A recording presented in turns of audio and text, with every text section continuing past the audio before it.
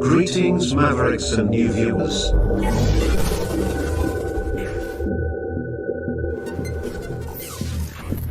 Tonight, direct and live, from the Maverick News Network World Studios. This is Maverick News with Rick Walker.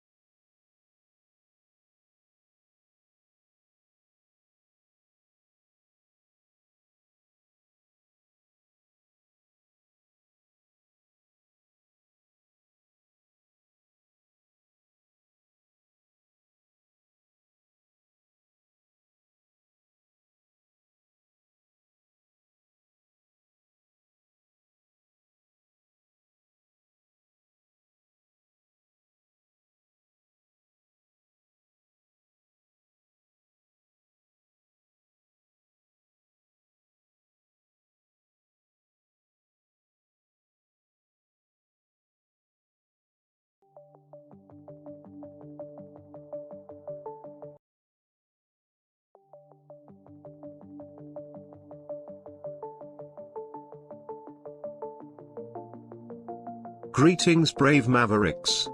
Our quest for truth continues. We go beyond fake news. Together we expose propaganda. Together we pull others out of rabbit holes. We are Maverick thinkers. We are all unique individuals, defenders of individual rights and freedoms, credible, trusted, grounded in reality.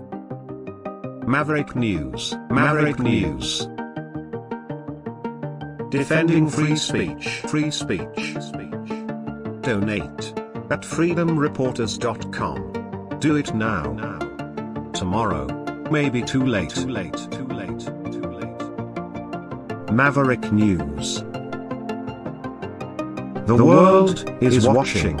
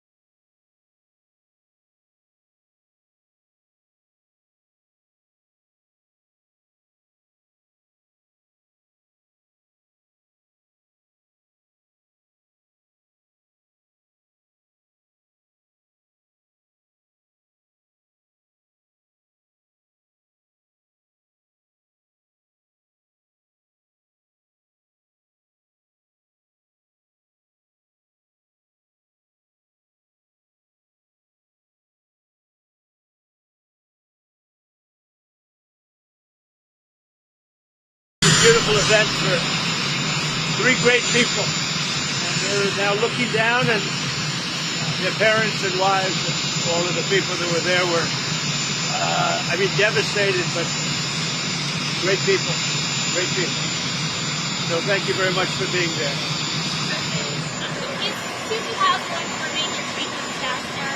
You're doing a great job. Mr. President, is the goal of the blockade with Venezuela to regime change? It's a blockade. Not going to let anybody going through that shouldn't be going through.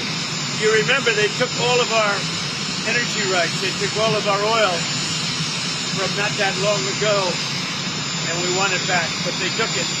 They illegally took it. Why he's planning to leave the FBI? Oh, Dan did a great job. I think he wants to go back to his show. The Vincent Cashman now? Yeah, I do. You mentioned getting land back from Venezuela. What land? Getting land, oil rights, whatever we had. They took it away because we had a president that maybe wasn't watching. But they're not going to do that. We want it back. They took our oil rights. We had a lot of oil there. As you know, they threw our companies out, and we want it back. What's the message this evening? Well, I think the message this evening is we inherited a mess, and we've done a great job, and we continue to. And our country is going to be stronger than ever before. Very soon. Thank you very much, everybody. Mr. President, you've been saying...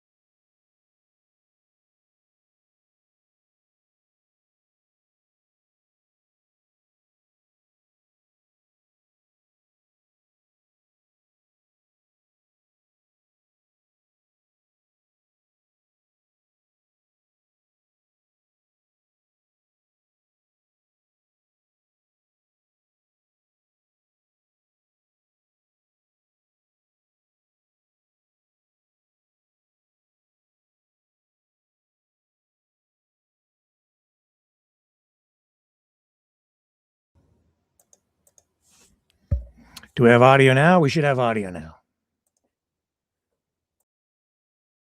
That ought to do it.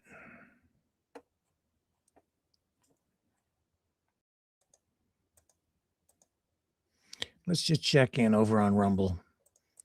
And we'll okay, now we have audio. Okay, thank you for texting me and letting me know, because I have audio in my headset. But you don't have audio out there. And I figured out what it is. It's a weird glitchy thing with this old 15-year-old computer that I had to rebuild. And every time we set up a broadcast on this, it says that it has all the audio settings, and you probably don't even care. But it doesn't work. So you have to go in and manually reset everything, even though it says it's set. And then it's set. So there's 45 minutes of nothingness. Well, a little bit. We're starting to get on track. So maybe I should start all over again. I won't run the clip from Trump because I know that you guys were able to hear that. But yeah, he's going to address the nation tonight at 9 p.m. So now only about an hour and 15 minutes away. And we are getting reports that he may tonight announce some sort of war. Now that like those are the actual words that I'm getting. Tucker Carlson coming right out and saying that he's going to announce a war tonight at 9 p.m. And there are others as well. Just show you over here that it's the topic of, oh, for crying out loud, I just clicked away from that clip. Wow. Okay, I'll bring it up this way. Here it is. I've got it saved in the history. I'm just over on Reddit, and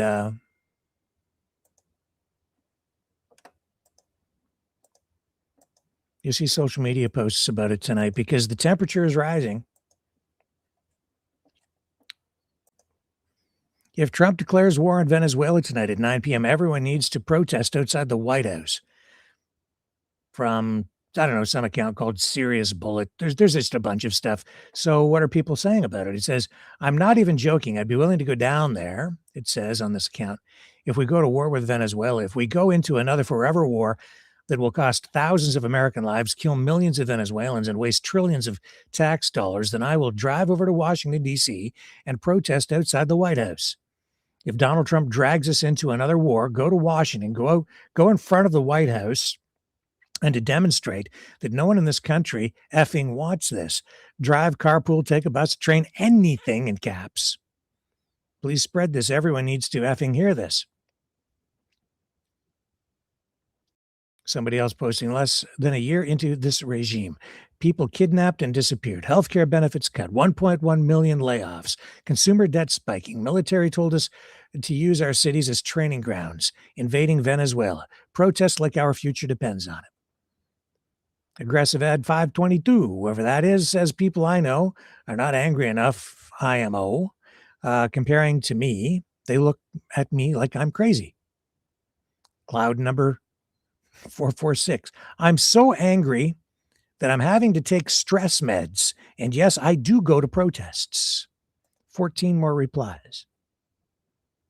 Me too, friend. I've had to up my blood pressure meds from Milkshake Mountebank.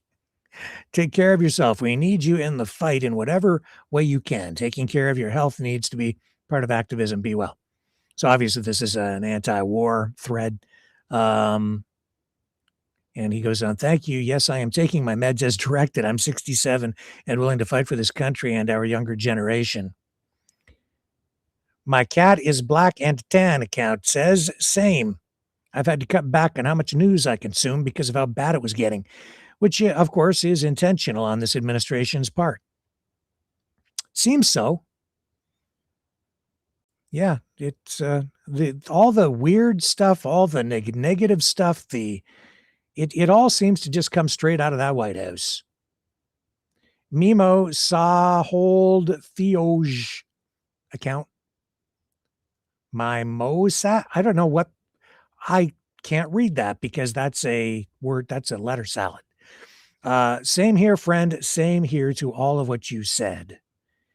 And Dave T says, I'm so angry. I've been selective about which protests I go to because I don't trust myself to remain calm. Anyway, you're getting the idea here, and I'm going to look in the chat. What do you guys think? Are we heading into a war with Venezuela?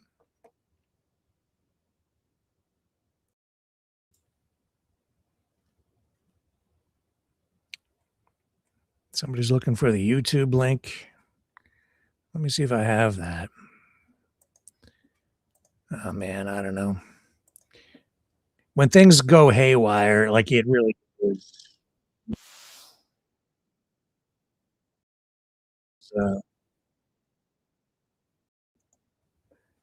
It's just there's too many platforms to manage.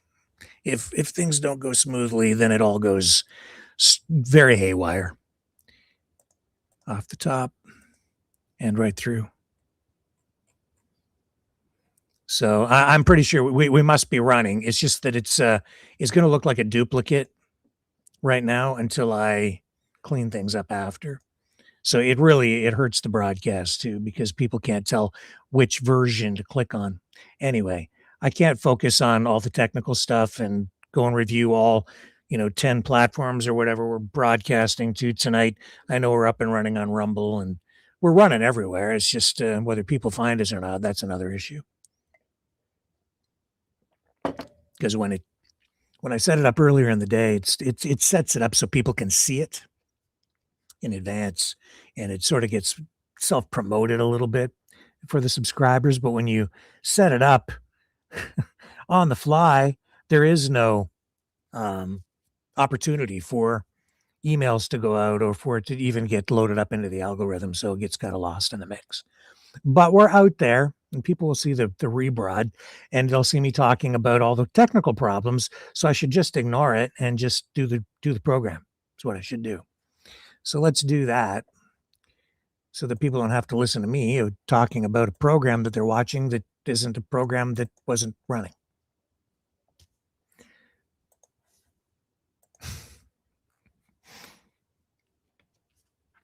Okay, so what are people saying in the free speech media? Says during the past few weeks, the Trump administration has engaged in an illegal and immoral war against Venezuela.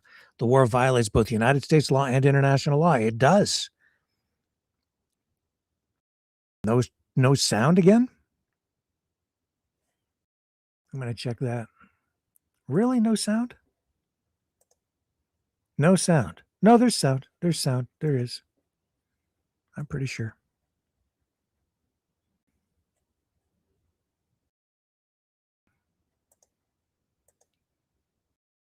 I don't know. Very frustrating when things go bad.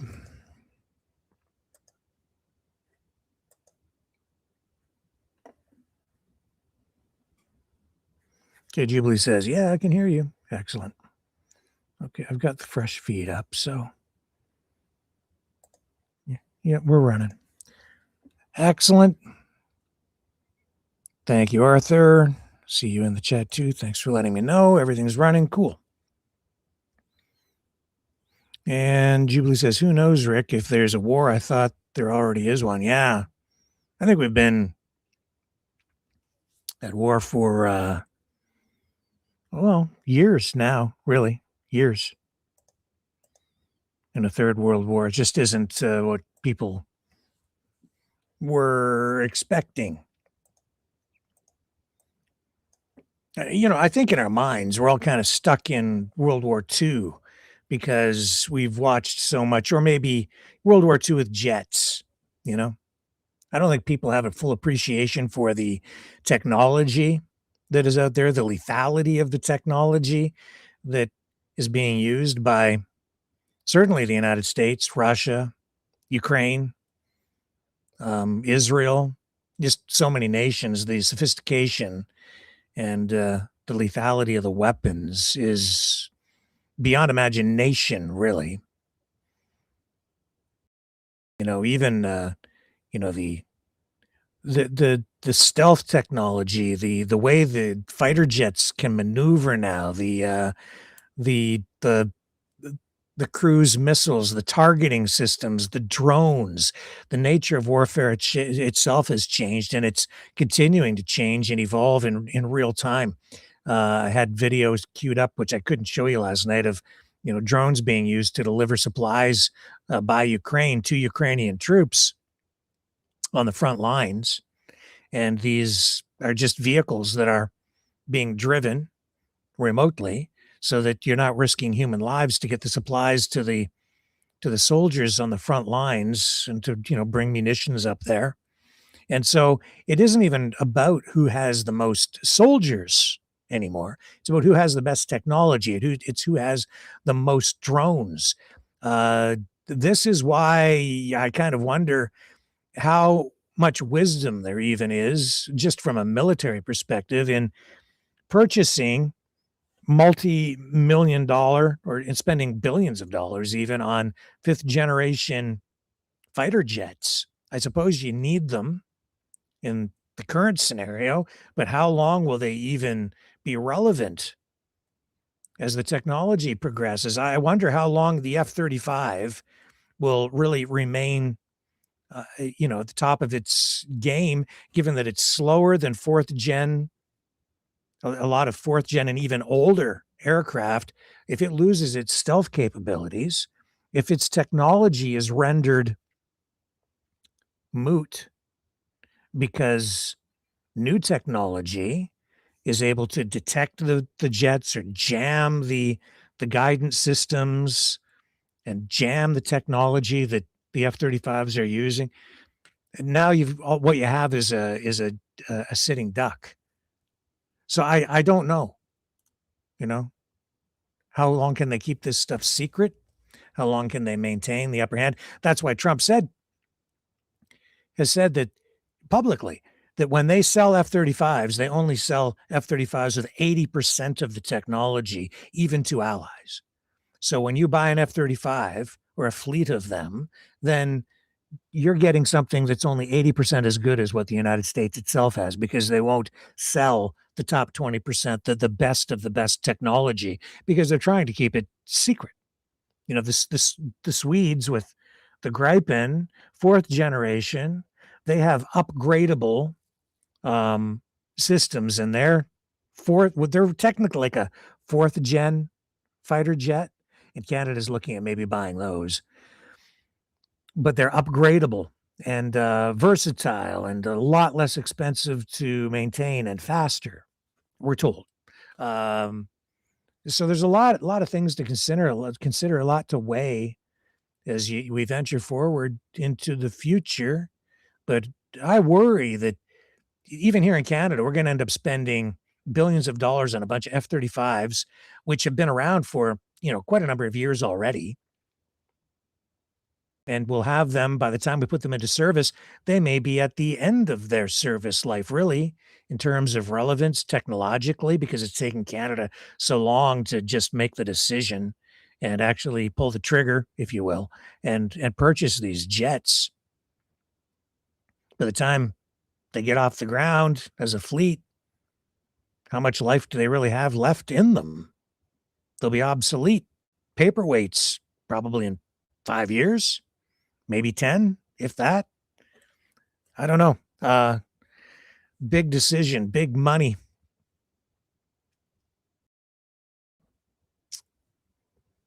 What do you guys think? Tell me what you think in the comments in the chat. Yeah. Jubilee says it's aircraft. They have the most. You can buy a drone on Amazon. Wowza. Yeah. Yeah, you can swarm with drones. I showed you last night Ukraine using underwater drones, and they actually disabled a Russian Kilo class submarine while it was in port in the Black Sea. Dragon says Canada always behind militarily in some ways. Yeah. Vicky says, what's the point of Canada buying those jets when they will just be sent to Ukraine? And Be Lovely says, huge press man about it. Yeah, we won't send those jets to Ukraine. No, we won't. That's too much. We wouldn't just buy them and send them over there. That's for domestic use. The lovely, huge press man about it, especially now near the holidays. War is never good press. This is the thing. This is why the thumbnail tonight is War at 9. You know what it is? It's like, see, it's about the ratings, and it's about the way that the public perceives things. It's the messaging, it's the spin. Why are we getting a lot of this? I put it to you, and this is me providing analysis, as more so than even just opinion. But we see this through history. Trump, I think, is doing this in part because he's in trouble politically. He's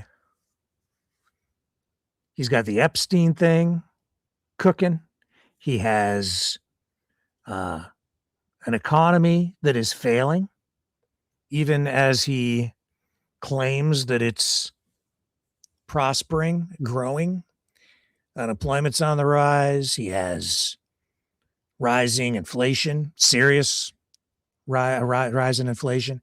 He has a big shift in his economic approach. He has not been able to end the war in Ukraine. He is taking an authoritarian stance. He's positioning his government in that way. These are all issues that I just highlighted for you. from people highlighting those issues in that Reddit thread. U.S. troops on the streets. It's a country in turmoil. It's deeply divided. He's losing support. He says stupid things that cost him politically. Really dumb shit. Because he can't stop. He can't help himself. And he's damaging himself now. I mean, before he seemed to be fairly immune to the effects of his stupid language, his poor choice in words, his careless rhetoric. Childlike, really. His temper tantrums. His Marjorie Taylor Brown. Why brown? Because grass goes brown when it dies, or whatever his stupid reasoning was behind it. It was like some 6-year-old had made that up, or a 5-year-old. Really? Marjorie Taylor Brown, because he got pissed off at her. So he changes her name because he's got to sling pejoratives at people that hurt his feelings. Or he's got to ramp up tariffs on Canada because Doug Ford ran an ad out of Ontario that just used clips from Reagan. So he's got to lie about it's so stupid. So it's catching up with him. That's the bottom line. And then this whole thing with the Reiners, the murder, and then what he posted about Rob Reiner, no compassion. And he's the president, right? Like you can kind of let it just slide by ignoring stuff when other people do it, when just regular people, or even social media streamers, if they're doing it for, clicks or whatever it might be, you can just say, well, whatever, but not Trump. He's the president now, was before. And even when you're running for president, you need to choose your words carefully. You should be. All the 51st state stuff that he goes on about, it's insulting to Canadians. If you care about your country at all, it is insulting. Some people, I mean, you talk about Trump derangement syndrome, the people defending the BS on the Trump side, the people defending his 51st state crap, they don't give a shit about Canada, but they should. But if you do it all, you find it insulting. If you're a Canadian and you love your country, not everybody does. It's a free country. You don't have to.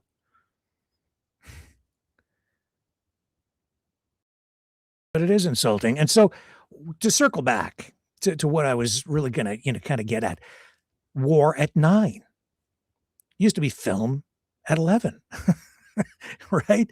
It's a show for this guy. He understands that. He's in political trouble. So what is he doing? He's doing what other presidents have done. When you're starting to slip in the polls, and even though he's into this second term, and as much as he's telling some people that he won't try to run again, he's gonna. He wants to. He doesn't want to give this up. He wants it in the worst way. He doesn't want to leave. He loves the attention. He loves. You can see it. He has to be in control. He's a control freak. I don't know if he has the personality of an alcoholic, the way that Susie Wiles, his chief of staff, revealed in the series of interviews that she did with Vanity Fair, but he's like a very strong personality, and he thrives on the attention and having people fawn over him and bring him gifts. And as he gets old, as he's been getting older, he's getting worse by the day. And that's partly why, Trump 1.0 was so much different. Trump 2.0, he has different people around him, and his attitude has changed somewhat. And he got shot in the ear. Or it looks like he got shot in the ear.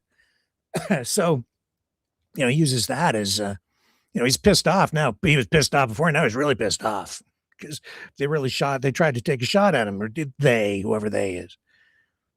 Whether the guy acted alone or acted, whatever conspiracy you want to believe. Did he get shot? Didn't even happen. It's real. It's not real. It's a conspiracy. It was all a show. You can make arguments either way.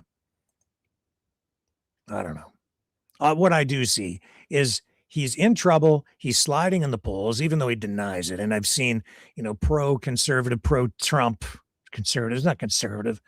This is not a conservative administration at all. Quite the opposite. But far right, you could whatever. It's a socialist government. What are you talking about? Yes, it is. It's an oligarchy. It's a fascistic administration. A techno-corporatocracy, populist, whatever, blah, blah, blah. You describe it any way you want. It's all the big companies in bed with the Trump administration, and they're all lining their pockets, and that's what this is going on in Venezuela. They want the oil. I said that from the beginning. Just so plain and clear as day. Oh, they're not going to do anything down there. Rick, what are you talking about? It's about the drugs. It's all the drug. No, it's got nothing to do with the bloody drugs. The drugs are the pretext.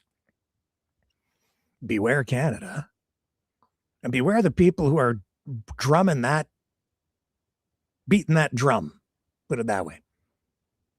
Beware the people who are bringing you that messaging. Are they really being truthful, honest? Are they keeping it in perspective for you?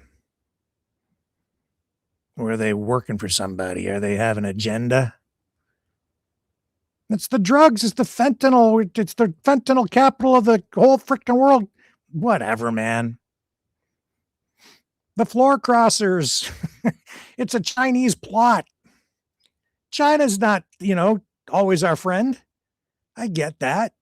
We've got problems with China, and we certainly are concerned about them having access to our cell phone infrastructure, which could give them access to, like everything. So that's why we've taken steps to keep them at bay. And yeah, there are some issues with China for sure, but I've noticed a pattern going all the way back to the pandemic. Just blame everything on China. The China virus. Wuhan.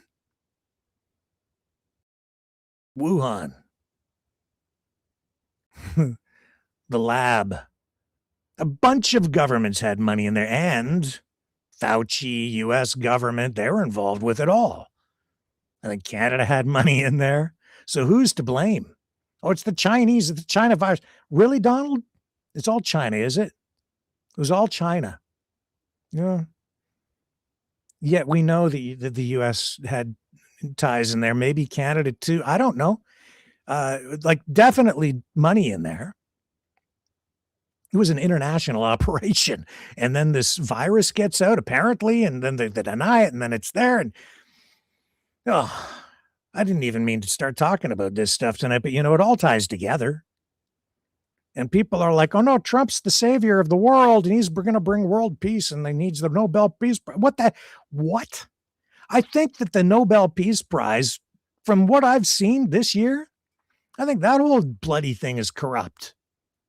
Awarding the Nobel Peace Prize to Machado. Is it Machado? Yeah. Who is the sort of the heir apparent? I don't think she's going to be the new president. She's supposed to be, I guess, like a second in command is what she's indicated. So they have somebody else who's going to like waltz in there, I think. So they don't make it too bloody obvious, but she's the opposition. And then she flees the country. She gets the Nobel Peace Prize. Now Trump's over there, with the largest military buildup ever seen in the Caribbean, with I don't know how much U.S. firepower. You can't count it all.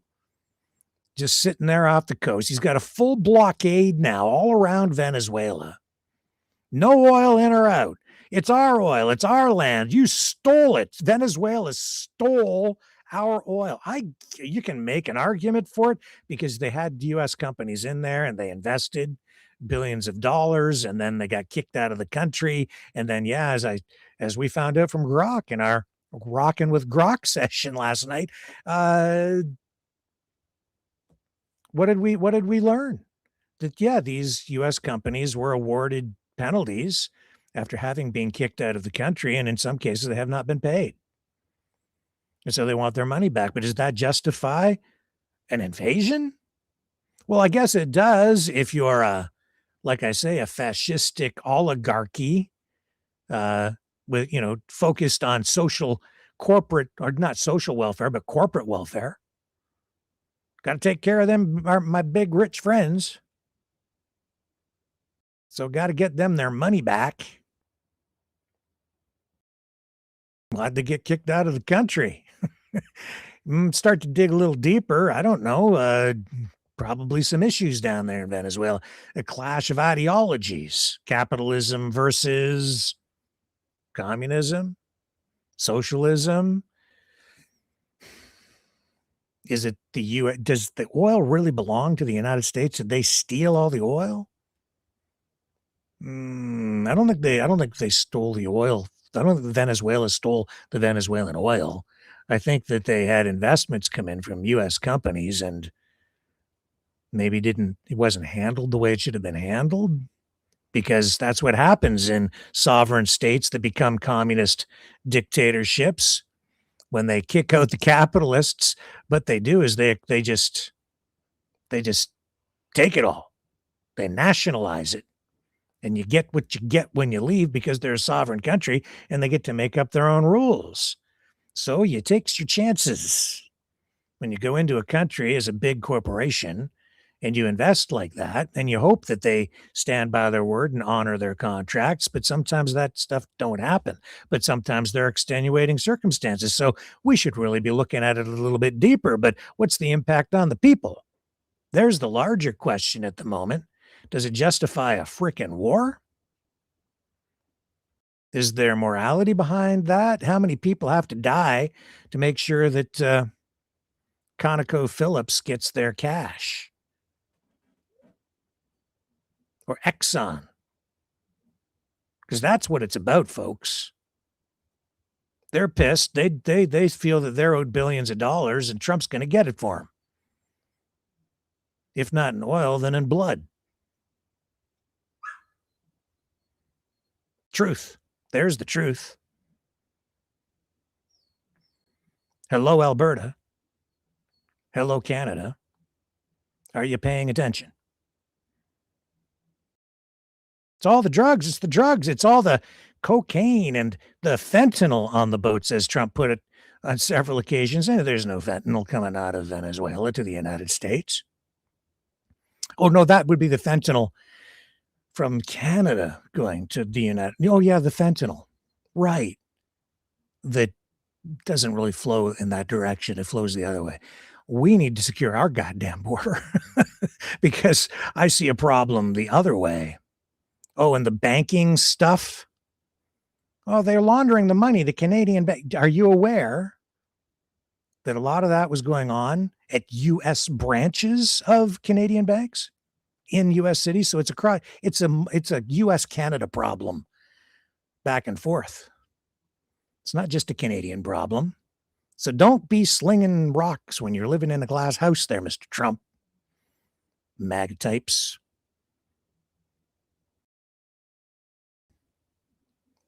Just saying.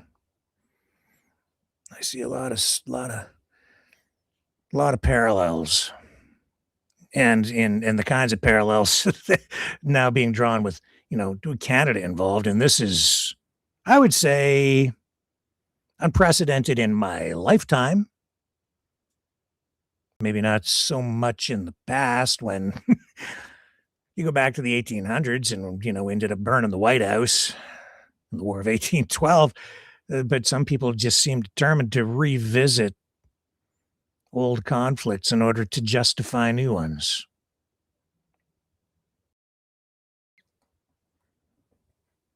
No thanks. That was a Marshall McLuhan. What was it? Something about there's a quote from Marshall McLuhan, something to the effect of always make the mistake of looking at history and looking at things in the rearview mirror. Something to that effect. I have to look it up. I think the point being, it's not enough to just try to make sense of what's coming based on what we've seen in the past. It's not enough to judge what's going on anywhere just on his, the history of saying, well, this that I see happening now, it's just like what we saw in 1938. Yeah, you learn from it, but you have to move on. If what you do is get focused on it and then say, yeah, it's like it's all a bunch of Nazis and they hate the Jews. And so these people, obviously, it's the exact same thing. So we're going to have to kill those people, or we're going to have to go kill those people. But as you can see, if you really step back and just try to take a broader view today, you can see parallels to times past history, build up to, say, World War II. But this is not 1938. This is not 1940.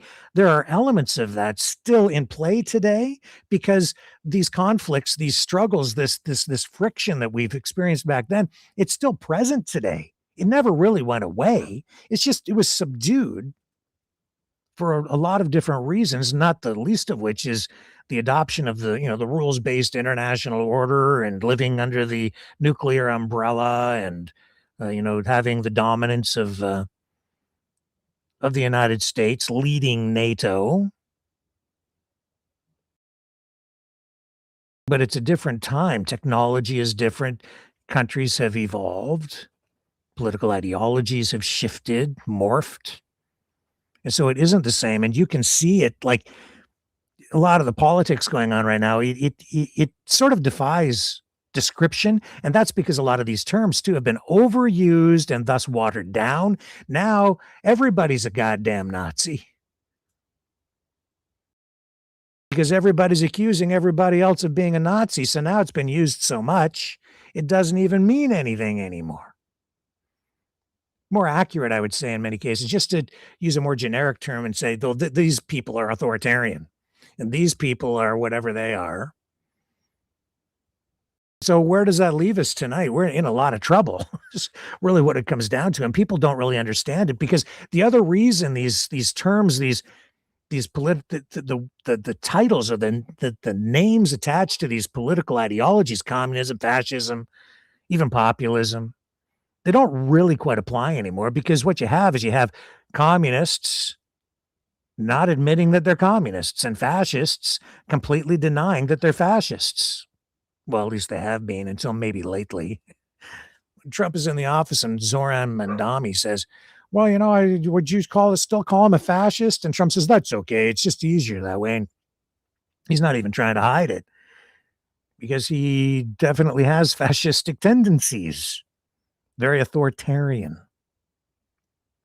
It's just, and yet those two guys are sitting there and people thought they'd beat each other's throats. And I said, no, it doesn't surprise me at all, because you know what? Those two guys are more alike than anybody realizes. Because Trump's not a conservative. He's not really a free market guy at all. Trump 1.0, I thought, yeah, I kind of like what he's doing, because he's rolling back government regulations on businesses, cutting through a lot of government red tape. That frees up the economy. That allows companies to operate more freely.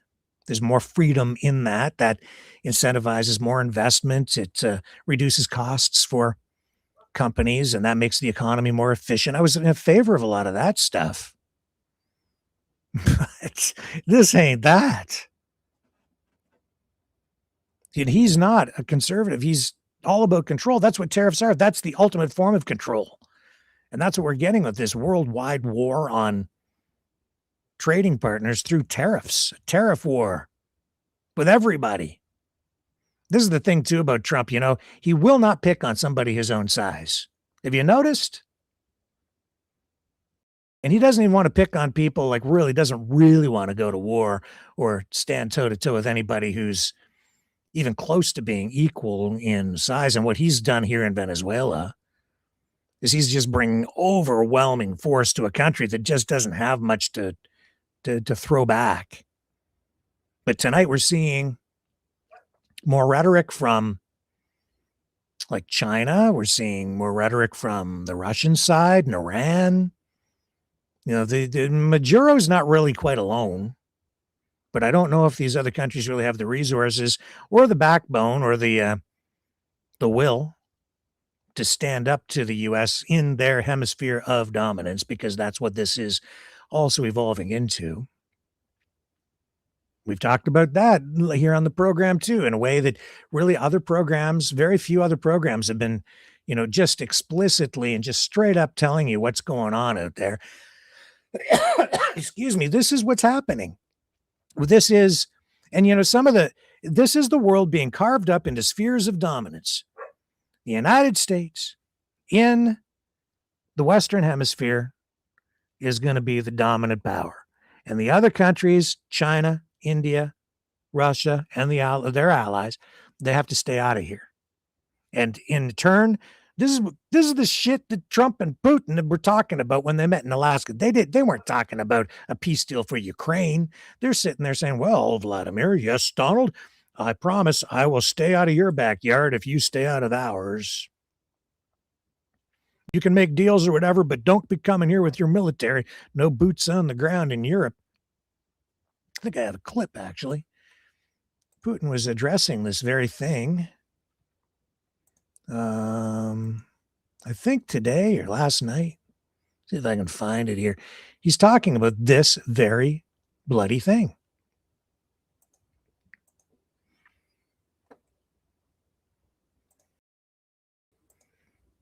See if I have it here.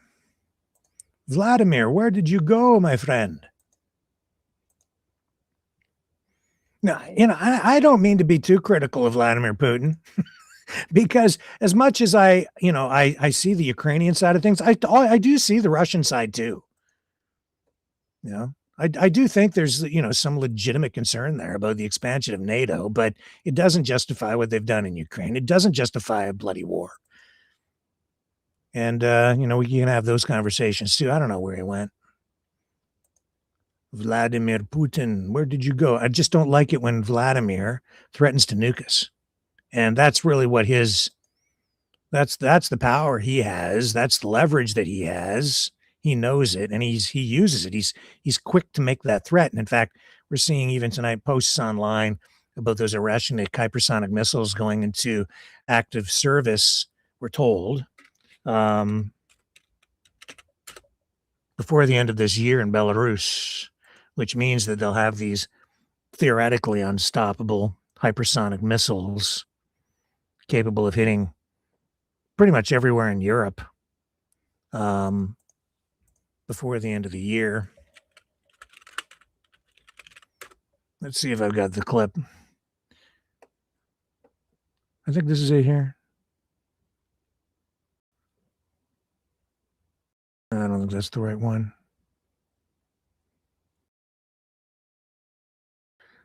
Clash report.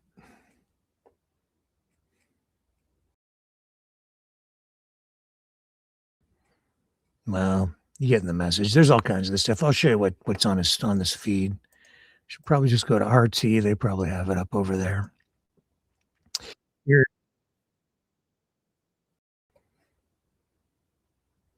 Yeah, this is a Russian propaganda site. Russia isn't the enemy.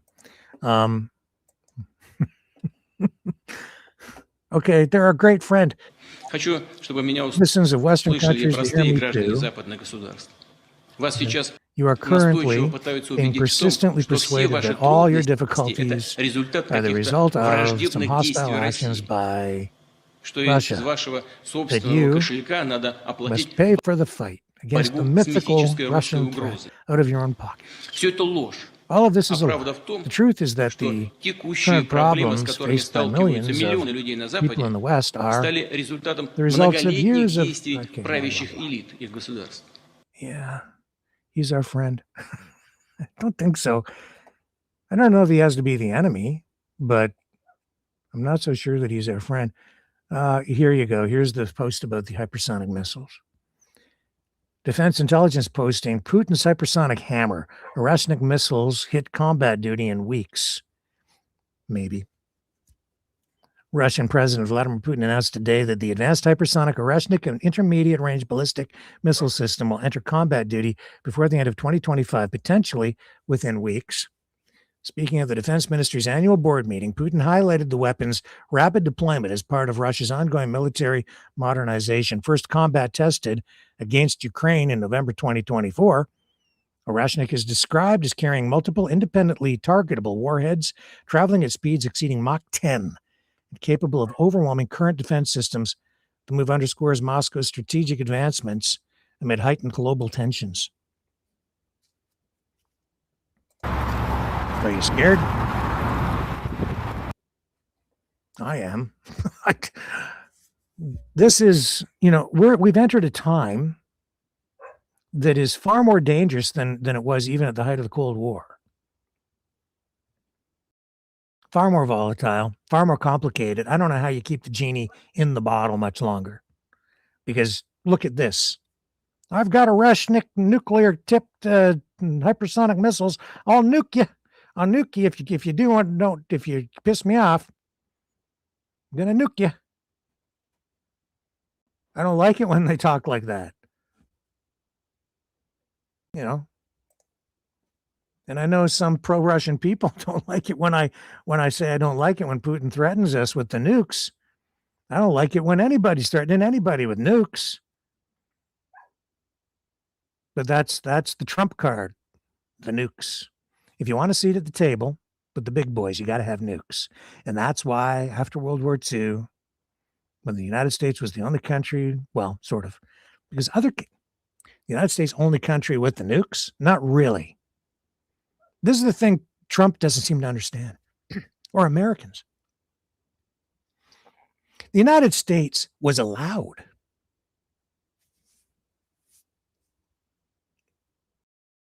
to be the dominant nuclear power for a while.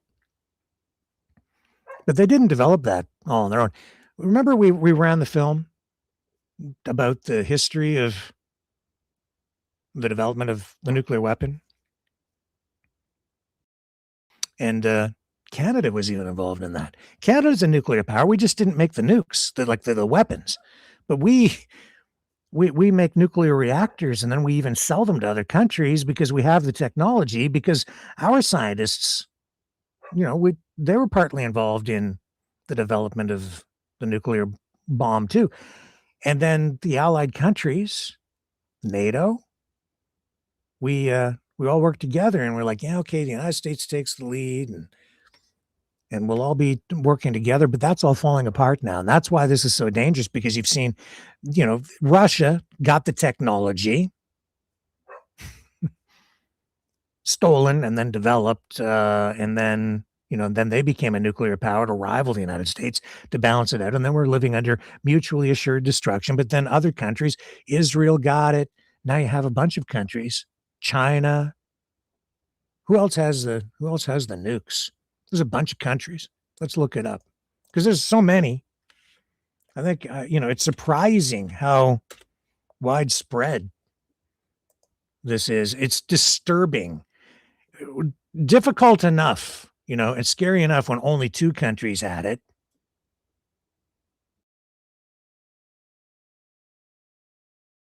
And before we do that, I'm just going to show you this. Like this, and this is the escalation in the Caribbean. Okay, Maduro is sending his Trump announces that blockade, right? The blockade on all oil in and out of Venezuela, because he's going to try and starve them out. That's obviously the strategy. Shut down the economy by preventing them from trading in anything, not just drugs, but oil. Cut them off, cut the lifeline off, starve the people so that they rise up against their own government. Didn't somebody say that they might do that in Canada? They'd never do that to us. He wouldn't do that to us, would he? No. Would they? Would he? I don't know. Tariffs.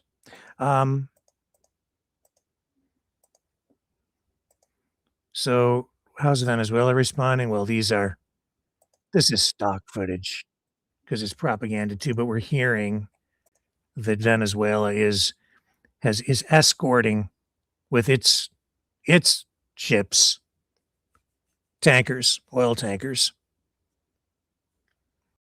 to get the oil in and out of the country. And so you have the US now. See, what are you going to do? So this is now a standoff. It's a blockade, which may or may not be illegal. I don't know. Then Venezuela responds, so they take their little canoes out there and they paddle alongside the oil tankers and say, well, Donald, it's not your oil and we're going to send it to market. And if you want to do something about it, you're going to have to blow our boats out of the water. And if they do that, now it's not just drug cartels. That would be an act of war, in my estimation, against Venezuela.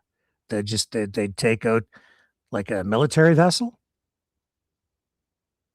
and then seize in order to seize the oil tanker, which they've started seizing oil tankers, just taking them.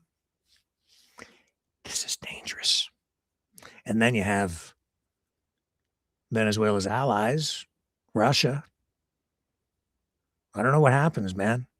And I think sometimes these huge powers overplay their hand.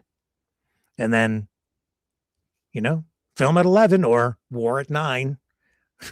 Half an hour from now, we may get a declaration of war from the president of the United States. And will he have congressional approval on that? Probably not, because it just seems like he's just going to do whatever the hell he wants anyway. And then does Congress really care? Probably not. They probably prefer it that way, because that way they're not responsible when the body bags start coming home. They can say, well, we didn't approve it and he didn't come to us. So it'll all be on Donald Trump. But right now, it serves his purpose. It serves multiple purposes for Trump. He shores up support with his rich oil oligarch friends, the big oil companies. He does their bidding, shores up support from them. The cash flows, right? Okay, we'll get your money for you. We'll just take over the country and you can have your oil. And he's in trouble politically. It gets people distracted. It gets them focused on something other than the Epstein files. Gets them focused on something other than the crappy economy and the failures of his economic policies. And when things start really going south economically, he has to have something else to blame. You can blame it on the war. Well, we have to direct all the resources to the war.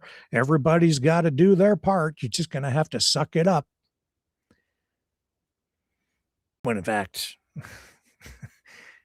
the reason people are hurting is because of the economic policies that he says are, supposed to make things better. You've seen it time and again through history, administration after administration, when they start hurting in the polls, when they start doing things that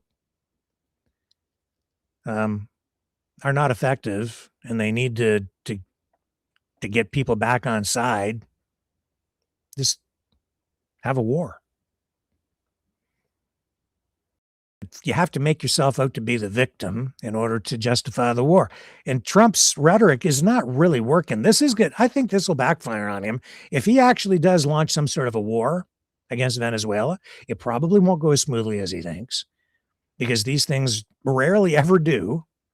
A couple of exceptions, one in particular, I remember Reagan's little skirmish down there in Grenada. That was over pretty quick. But they were kind of in and out. And what Trump did just recently in Iran, bombing the nuclear research sites, I don't know what, that was show. That was a show.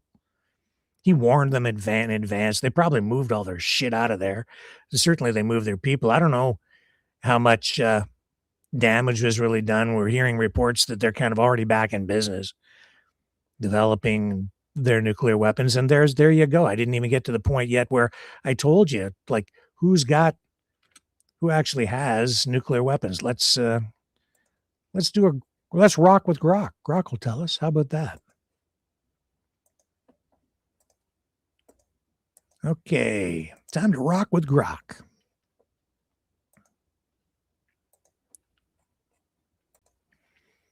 Well, this broadcast is not going anywhere near the way that I thought it was going to go tonight. Which countries, Mr. Grok, have nuclear weapons right now? Are you seeing that on the screen? Did I get it up there? There it is. Okay. And the survey says, as of December 2025, 9 countries are known or widely believed to possess nuclear weapons: Russia, United States, China, France, United Kingdom, India, Pakistan, Israel,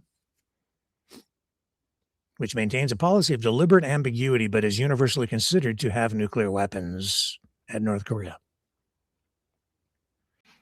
Yeah. 9. See, it was complicated enough when it was just the United States rather, and Russia. It was really complicated when it was just the United States. But no other countries, including Iran, are confirmed to have nuclear weapons at this time. Iran has advanced uranium enrichment capabilities and a stockpile sufficient for a potential rapid breakout, but U.S. intelligence assessments, the IAEA, and major think tanks indicate it has not resumed a nuclear weapons program or produced a weapon. This list is consistent across authoritative sources like the Stockholm International Peace Research Institute Yearbook 2025, the Federation of American Scientists, the Arms Control Association, and Wikipedia's overview of nuclear states. Global stockpiles are estimated at around 12,000 to 13,000 warheads, with Russia and the U.S. accounting for about 87 to 90% of them. Okay, so good luck keeping that genie in the bottle now. And all the focus is, on Iran. Can't let those guys get it. Can't let those guys get it. But you think back when China developed nuclear weapons, Canada took a hard line against that. At the time, the Canadian government even said, we're not going to trade with you. We're not even going to talk to you. This was wrong because they actually used, I think, some Canadian resources without letting us know what it was being used for in order to develop the weapons back at that time. And Canada was like, no, no, no. And we wouldn't even talk about it. Then after that, you got that Jean Chrétien and the Canadian delegation that went over and met with China in order to rekindle and reconstitute relations, realizing that, to simply isolate us from China forever because they have nuclear weapons, it's a fool's errand. You need to have dialogue, especially when someone has nuclear weapons. You can't just stop talking to them. That just increases the risk. And I would say, a lot of concern, justifiably, about becoming too integrated economically with China in the face of this economic assault and even war on Canada from Trump and the tariffs, as we try to pivot, as they say, to new trading relationships around the world with other countries, other regions, and that we have to do it because Trump's going to try to starve us out. I think. But people can't get too in bed with them because they'll hold it over our heads and force us maybe to accept or tolerate or even endorse social policies or political policies or just things that are not in alignment with our values. But at the same time, I put it to you that if you're trading with them, we also have leverage over them because they want the money. So it's a two-way street. And that is the case also with the United States, where people are like, oh, the United States, Trump is just going to crush us. I think those people underestimate the power of greed. Trump says that the United States doesn't need anything from Canada, but it isn't true because we are right next door and we are the most efficient, cost-effective source for a lot of things, if for no other reason than our proximity. We're neighbors. We're siblings. We're intertwined. We're integrated. We're close. We're rivals, but siblings. And they want it. They want the money. We're not as big as them in terms of population or economy because we don't have as many people, but man, we've got it. You think that they don't need us or they don't want us? Even if they don't, they want us. That gives us a lot of leverage. No, he wants Alberta. He wants that oil. They want the oil. Oil. They need the oil. Just today, I don't have any clips lined up, but Greg Abbott, governor, Texas, he's down there. You know what he's talking about? AI. No, I didn't have any of this planned. This is just me talking. What the hell? My whole plan just went haywire when the broadcast went off the rails. Greg Abbott's down there. He's talking about AI. They're going to set up AI research facilities. I don't have the whole story. I just saw it in passing. News conference. Why? Because Texas has some oil and they've got energy, and you need a ton of energy to run these AI facilities, artificial intelligence. And they have chip manufacturing down in Texas as well. So they have already a workforce that is, in that vein. So they're already poised, ready to do it. In Alberta, they're talking about the same thing because they have oil and other forms of energy. Canada has lots of energy in various forms, including nuclear, modular nuclear reactors, hydroelectric, lots of space. If you want to talk about green energy, which I don't think is all that efficient, but wind, lots of places to put up solar. Not that it's the most efficient place in the world to have it, but we have it. And oil, natural gas, tons of natural gas, coal, and uranium. Oh, but he doesn't want us. He doesn't need. Yes, he does. Yes, he does. Oh, he wants us in the worst way, but he's a good negotiator. See, he's making a deal. And you start on the extremes. You don't give anything and you ask for the moon. Demand it. And even threaten. That's why he's taking such a hard line. But I don't like the rhetoric because it's not friendly. And it doesn't have to be like that because we've always taken this, mutually beneficial trading arrangement approach all through history, even back in the days of Henry Ford, which I refer to a lot because the auto industry says, you stole our car industry. No, we didn't steal jack from you. We built it together on both sides of the border. It was always integrated from day one. Day frickin' one. You go back to the early days of the auto industry. Do you know how many car companies there were? It's very much the same thing that's going on with AI right now in that respect, with all this private money, private investment flying in there. There were hundreds. Let's ask Grok. I don't remember how many, but there are tons. There was down in my hometown there, the Gray Motor Company, just small, but looked kind of like a Model T. Built them right there in my hometown back in the day. And Henry Ford had operations in Detroit and over in Windsor. Okay, let's get Grok rocking here. And you're getting the same sort of thing going on right now with the AI industry because you have all these startups, right? And this is the bubble they keep talking about. And it is dangerous because when it bursts, and it will, because not all these companies will survive. And some of them appear to be companies, but they're actually piggybacking on other companies. And we are here. This is it, yeah. Okay, hey, Grok. How many car companies were there in the earliest days of the Canada U.S. auto industry around the late 1800s and early 1900s? How many?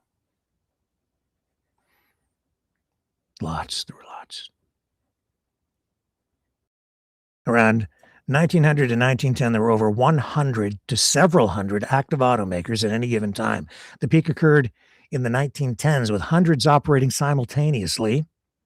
Over the broader early 20th century up to the 1920s consolidation, historians estimate around 2,000 to 3,000 different companies attempted automobile production in total, though many produced only prototypes or a handful of vehicles before failing. Early examples include early pioneers like Durea, Oldsmobile, Packard, Ford, smaller firms, Abbott Detroit, Adams Farwell, Chalmers.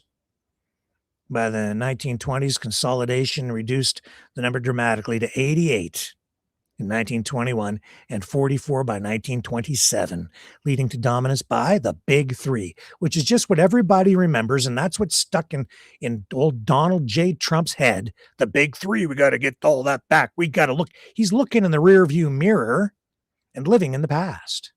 He's living in the 50s and 60s, folks.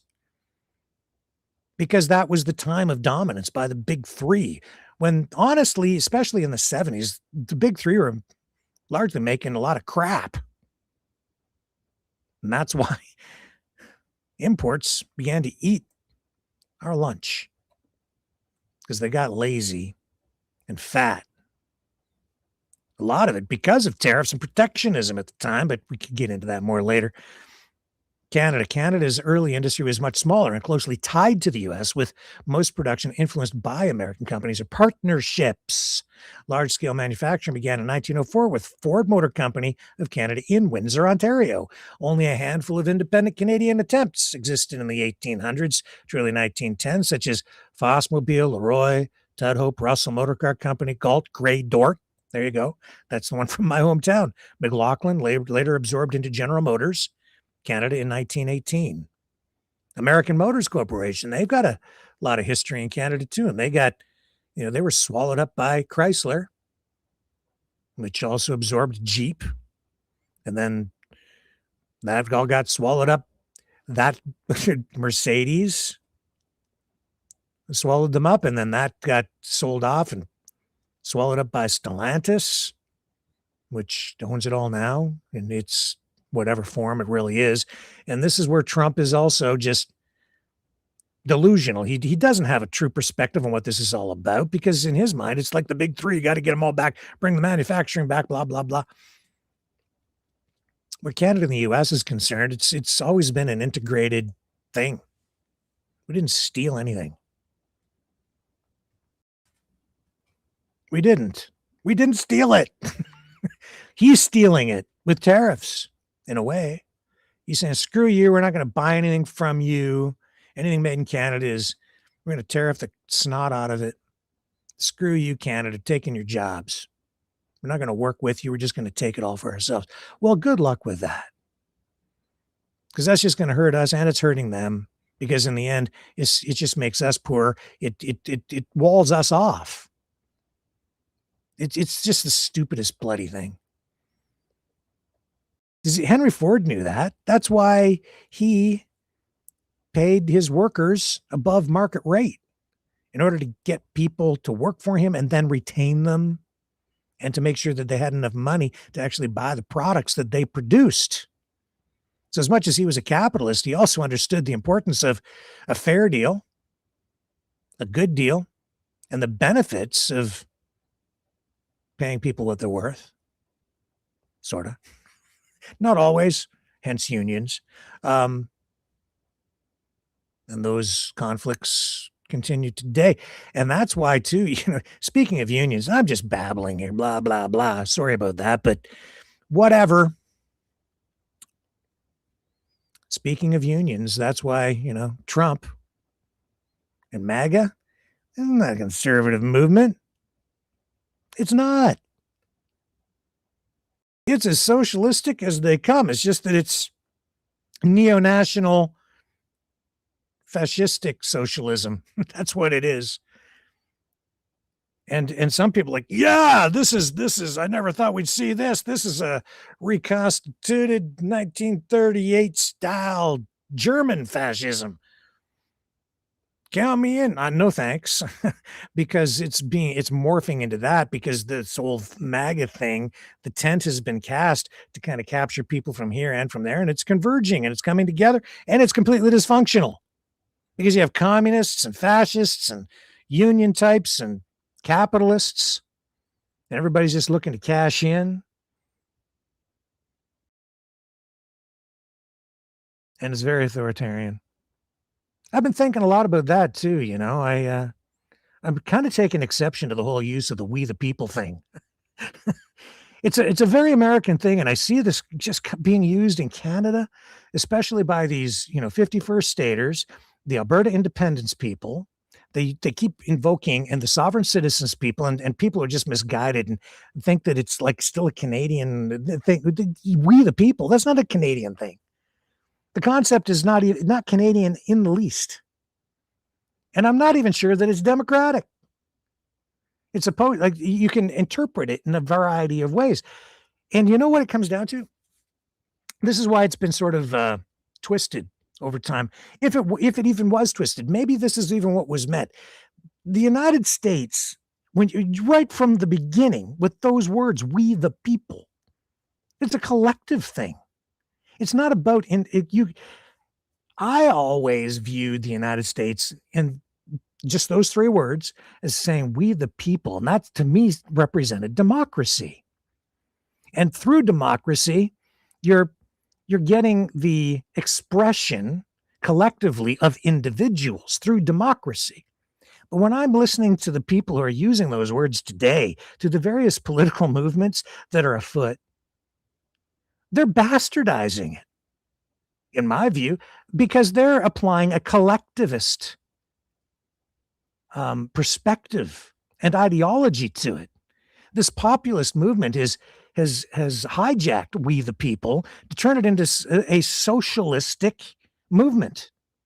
And populism has always been a socialistic thing. As much as it's far right, what do they mean by far right?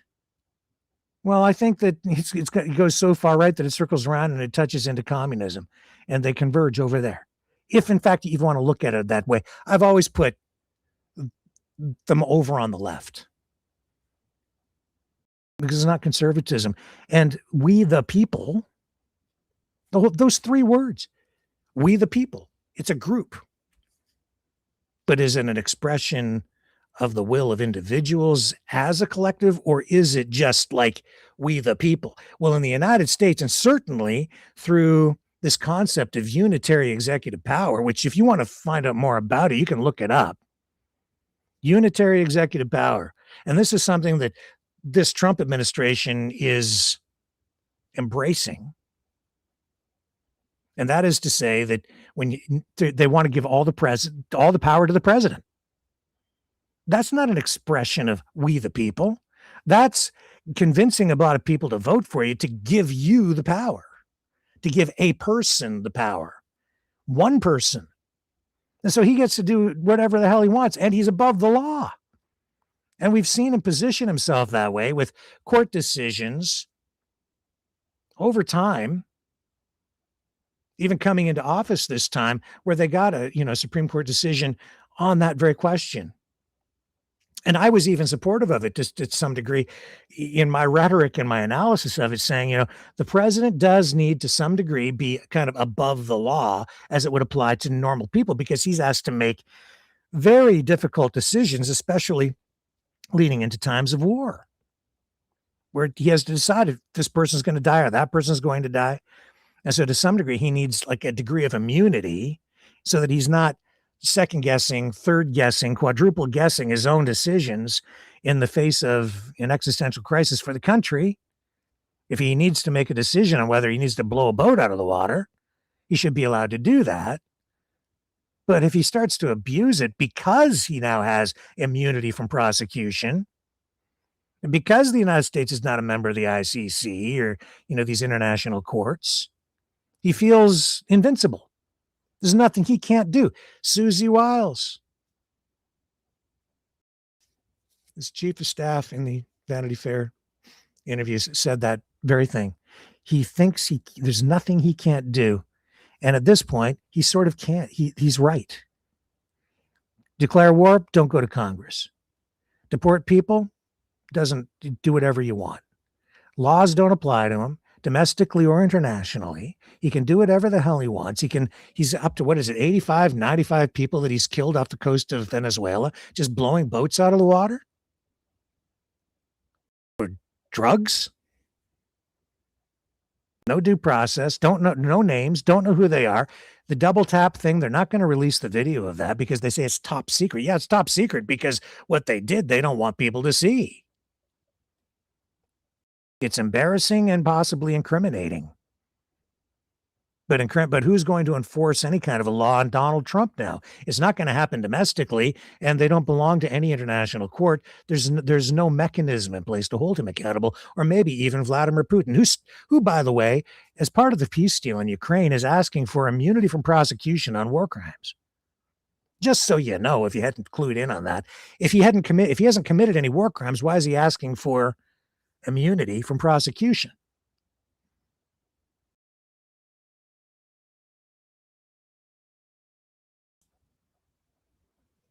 Good question, right? For all you people supporting Putin. I support the people. I'm here to serve the people, and I'll question all of it every damn day. That's what I'm here to do.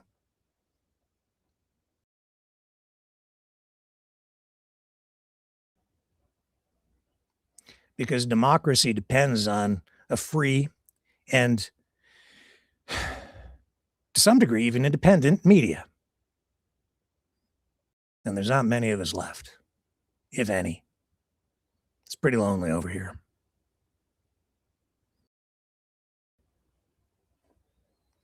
Let's take a break. I'm going to see if we can pull up this feed. It's time. Stay with me. Be right back.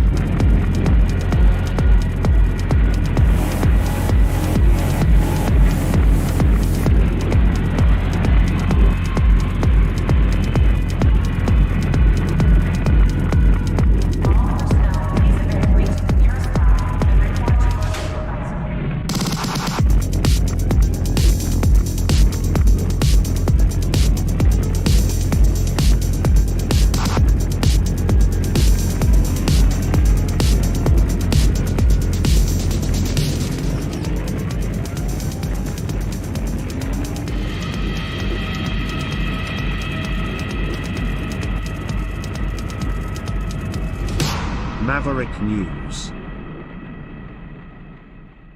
The world is watching.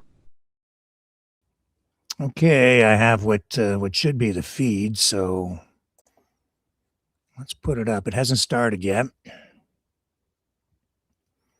President Trump delivers an address to the nation straight from the White House. We have the feed live.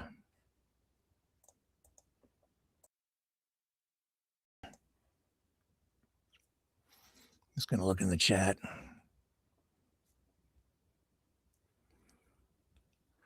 Longmeadow says the Donald pardons convicted drug trafficker while saying fentanyl is a weapon of mass destruction. So the U.S. military needs to act for democracy at home and abroad. He is pure evil.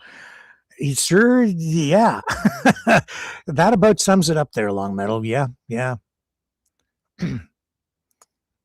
D says, who says elbows up liberals? I'm a critical thinker. And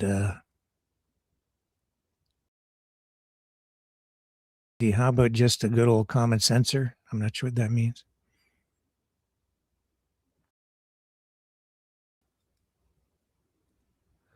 Dragon says, I hope I can keep the fire running for a few more decades too.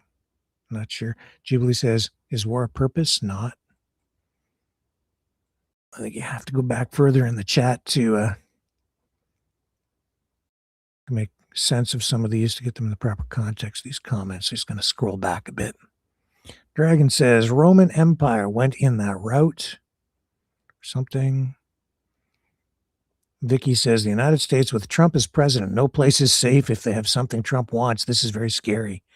And Dee says, popped in to see if there are any Canadian news tonight on Maverick. Guess not. Yeah, it's all Canadian. This is all tied to everything. America, Here we go. 11 months ago, I inherited a mess, and I'm fixing it. When I took office, inflation was the worst in 48 years, and some would say in the history of our country, which caused prices to be higher than ever before, making life unaffordable for millions and millions of Americans. This happened during a Democrat administration, and it's when we first began hearing the word affordability. Our border was open, and because of this, our country was being invaded by an army of 25 million people, many who came from prisons and jails, mental institutions, and insane asylums. They were drug dealers, gang members, and even 11,888 murderers, more than 50% of whom killed more than one person. This is what the Biden administration allowed to happen to our country, and it can never be allowed to happen again. We had men playing in women's sports, transgender for everybody, crime at record levels with law enforcement, and words such as that just absolutely forbidden. We had the worst trade deals ever made, and our country was laughed at from all over the world. But they're not laughing anymore. Over the past 11 months, we have brought more positive change to Washington than any administration in American history. There's never been anything like it, and I think most would agree. I was elected in a landslide, winning the popular vote and all 7 swing states and everything else, with a mandate to take on a sick and corrupt system that really just took the wealth from people and crushed the dreams of the American people. For the last 4 years, the United States was ruled by politicians who fought only for insiders, illegal aliens, career criminals, corporate lobbyists, prisoners, terrorists, and above all, foreign nations, which took advantage of us at levels never seen before. They flooded your cities and towns with illegal aliens. They decimated your hard-earned savings. They indoctrinated your children with hate for America. They just released a level of violent felons that we had never seen to prey on innocent. They caused war. They caused mayhem. They caused a horrible situation all over the globe. But now you have a president who fights for the law-abiding, hardworking people of our country, the ones who make this nation run, who make this nation work. And after just 1 year, we have achieved more than anyone could have imagined. Starting on day one, I took immediate action to stop the invasion of our southern border. For the past 7 months, 0 illegal aliens have been allowed into our country, a feat which everyone said was absolutely impossible. Do you remember when Joe Biden said that he needed Congress to pass legislation to help close the border? He was always blaming Congress and everyone else. As it turned out, we didn't need legislation. We just needed a new president.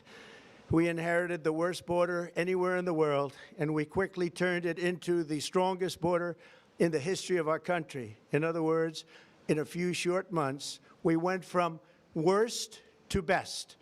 We're deporting criminals, restoring safety to our most dangerous cities. Just take a look at Washington, D.C. It's at levels of safety that we've never seen before. And they decimated the bloodthirsty foreign drug cartels. We did that all by ourselves with our people, and we're so proud of it because they were poisoning and destroying our population. Drugs brought in by ocean and by sea are now down 94%. We have broken the grip of sinister woke radicals in our schools, and control over those schools is back now in the hands of our great and loving states where education belongs. After rebuilding the United States military in my first term, and with the addition we are adding right now, we have the most powerful military anywhere in the world, and it's not even close. I've restored American strength, settled 8 wars in 10 months, destroyed the Iran nuclear threat, and ended the war in Gaza, bringing for the first time in 3,000 years peace to the Middle East, and secured the release of the hostages, both living and dead. Here at home, we're bringing our economy back from the brink of ruin. The last administration and their allies in Congress looted our Treasury for trillions of dollars, driving up prices and everything at levels never seen before. I am bringing those high prices down and bringing them down very fast. Let's look at the facts. Under the Biden administration, car prices rose 22% and in many states 30% or more. Gasoline rose 30 to 50%. Hotel rates rose 37%. Airfares rose 31%. Now, under our leadership, they are all coming down and coming down fast. Democrat politicians also sent the cost of groceries soaring, but we are solving that too. The price of a Thanksgiving turkey was down 33% compared to the Biden last year. The price of eggs is down 82% since March, and everything else is falling rapidly. And it's not done yet, but boy, are we making progress. Nobody can believe what's going on. Here are just some of the efforts that we have underway. You will see in your wallets and bank accounts in the new year. After years of record-setting falling incomes, our policies are boosting take-home pay at a historic pace. Under Biden, real wages plummeted by $3,000. Under Trump, the typical factory worker has seen a wage increase of $1,300. For construction workers, it's $1,800. For miners, we're bringing back clean, beautiful coal. It's $3,300. And for the first time in years, wages are rising much faster than inflation. Remember that. The wages, just look at it. Wages are going up much faster than inflation. How big is that? Very importantly, there are more people working today than at any time in American history, and 100% of all jobs created since I took office have been in the private sector. Think of that. 100% of all jobs have been in the private sector rather than government, which is the only way to make a country powerful and great.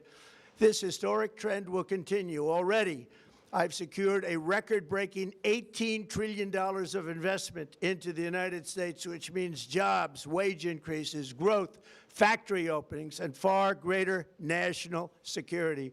Much of this success has been accomplished by tariffs.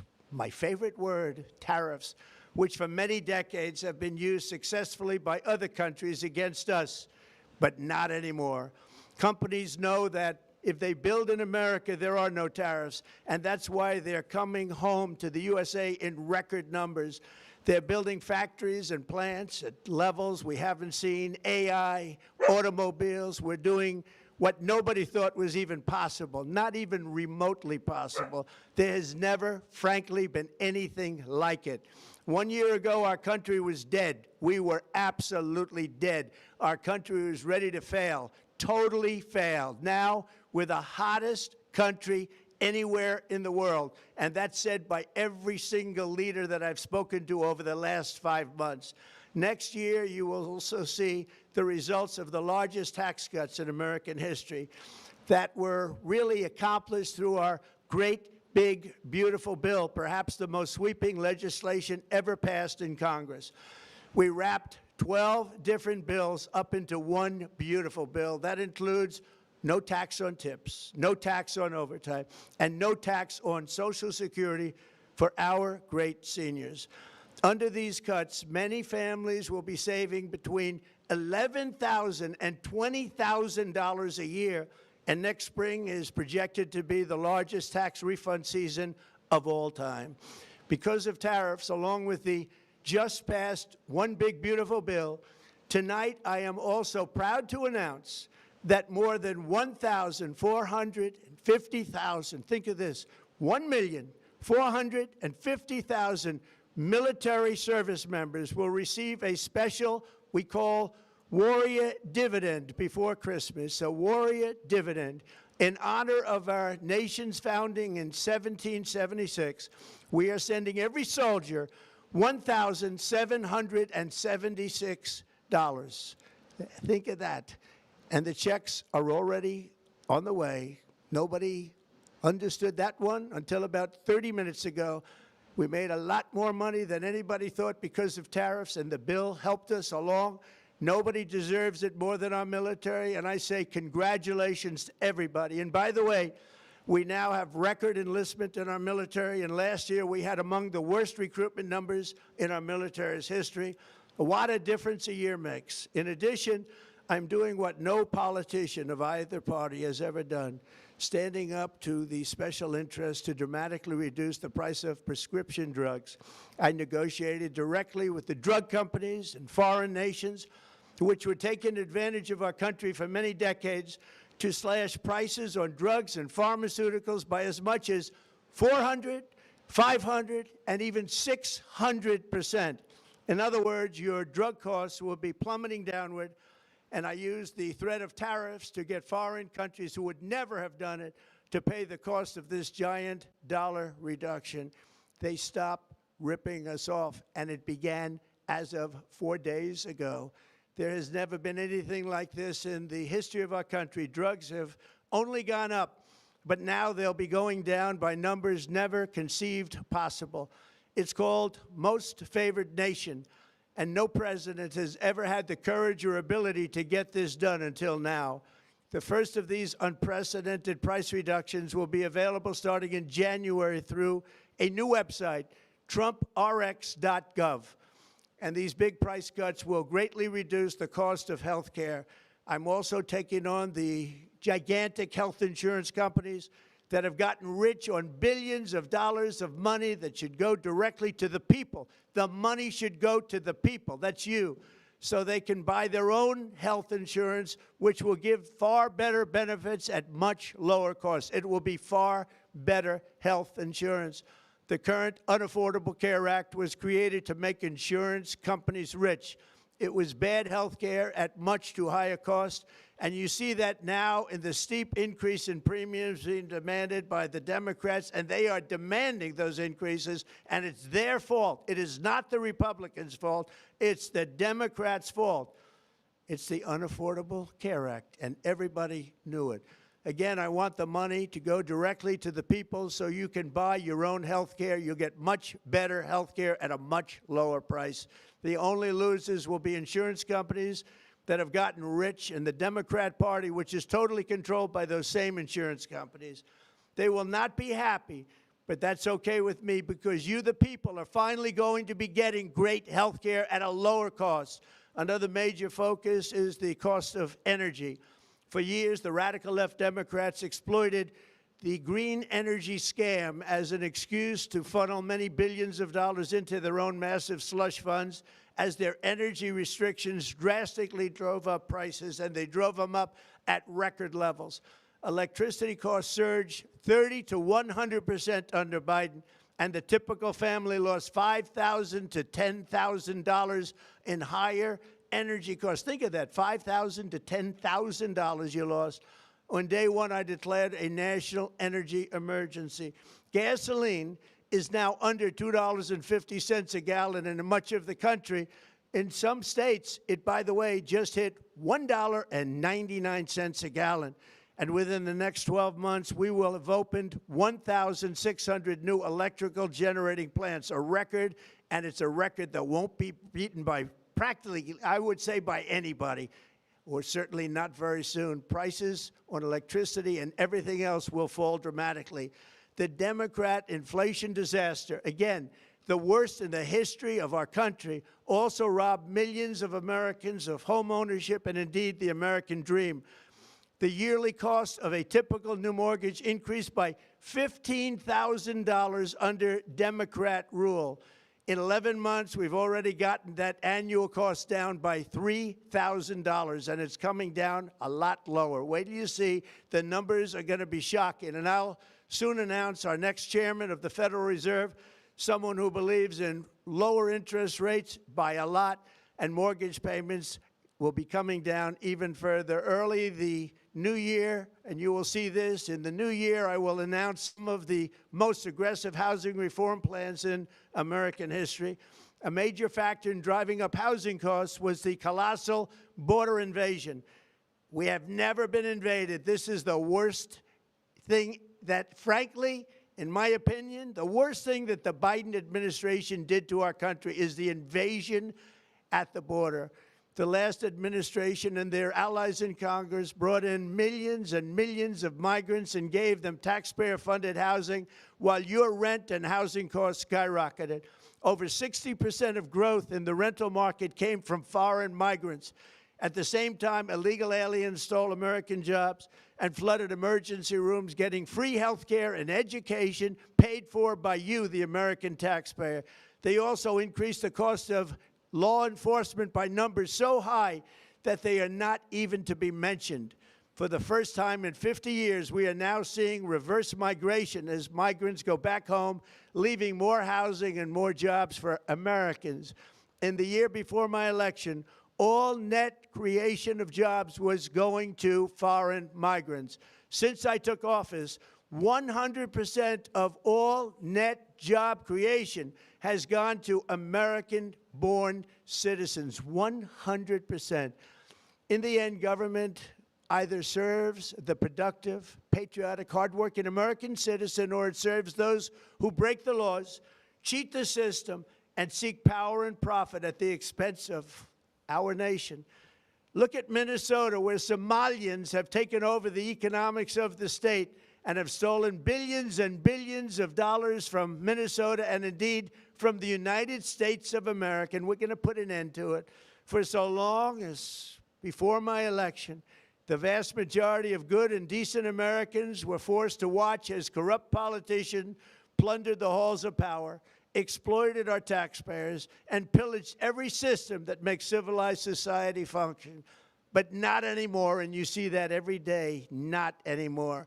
We're putting America first, and we are making America great again. Very simple. We are making America great again. Tonight, after 11 months, our border is secure. Inflation is stopped. Wages are up. Prices are down. Our nation is strong. America is respected. And our country is back, stronger than ever before. We're poised for an economic boom, the likes of which the world has never seen. Soon we will host the World Cup and the Olympics, both of which I got. But most importantly, we will celebrate the 250th anniversary of the Declaration of Independence. There could be no more fitting tribute to this epic milestone than to complete the comeback of America that began just 1 year ago. When the world looks at us next year, let them see a nation that is loyal to its citizens, faithful to its workers, confident to its identity, certain to its destiny, and the envy of the entire globe. We are respected again like we have never been respected before. To each and every one of you, have a Merry Christmas and a Happy New Year. God bless you all.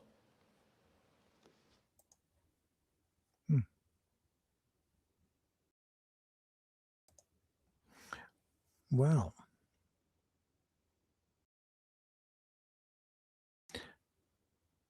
that was nothing new.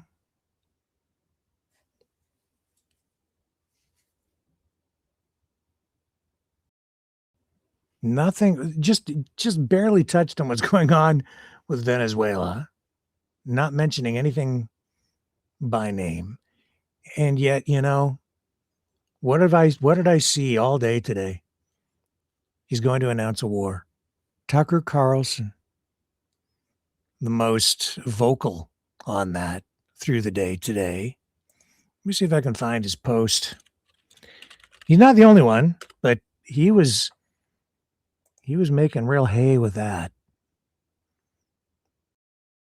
And maybe he was going to announce something in that way, but what program was he on? Was it Piers Morgan?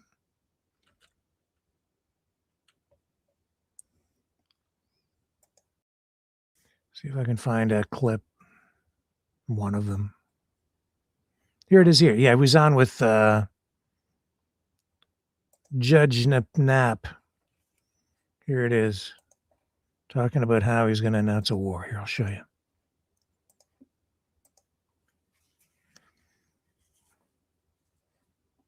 On RT.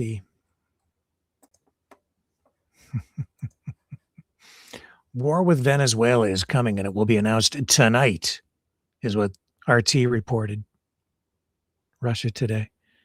Tucker Carlson says he might be wrong, but a member of Congress told him they were briefed on the plans yesterday. Do you want to hear it? I do.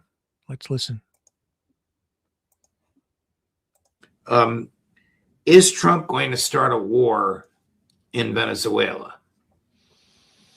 I don't know. I don't know when this program airs. The one that we're on right now. I think it's maybe live. We're live now, and then Okay. it'll be posted immediately. So So now, my sense is, I don't know the answer. I've certainly been on the phone a lot about it. I have no power. I'm a podcaster, but I'm very interested.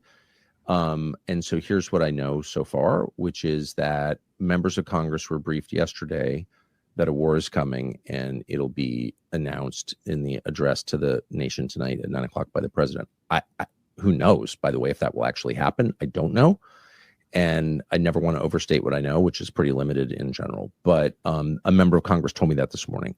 So that's what I know. My opposition to this, and I'm sure if you oppose this, they'll be like, oh, you're a communist, which I'm not.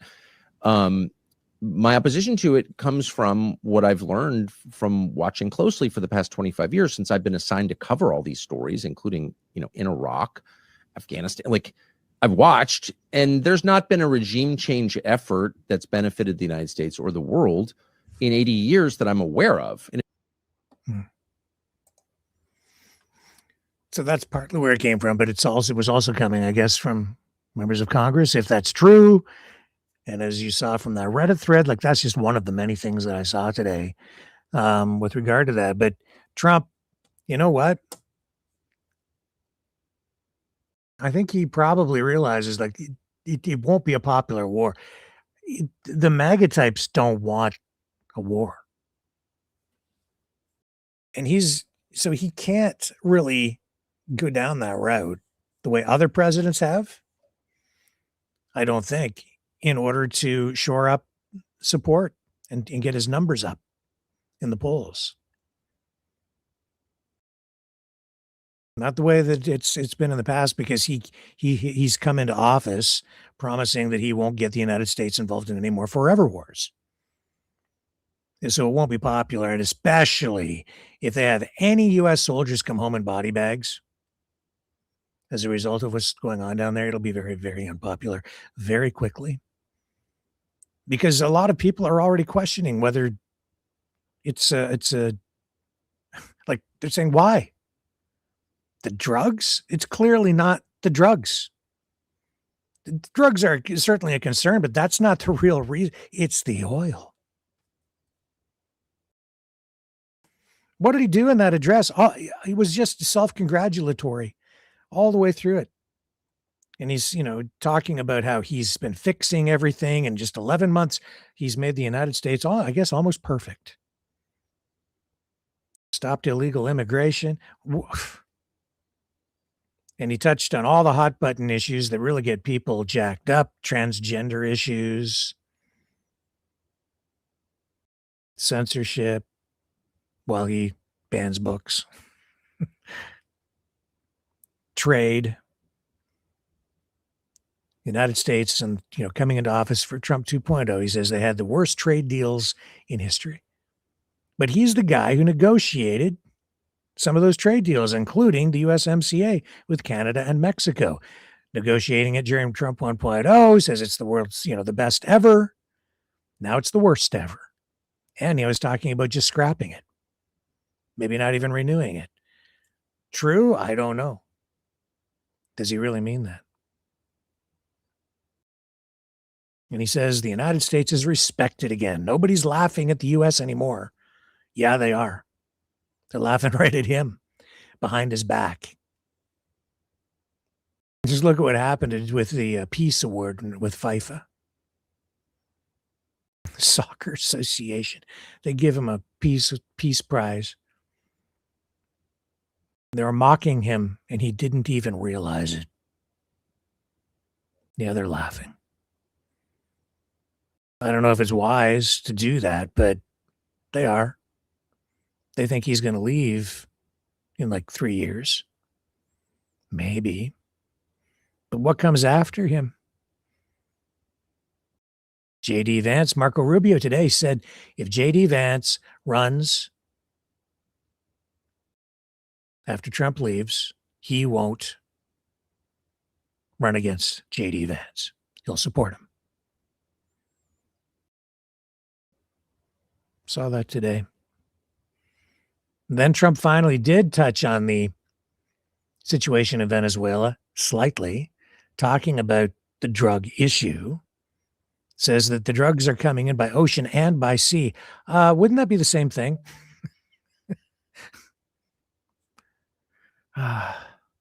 Coming in by ocean and by sea.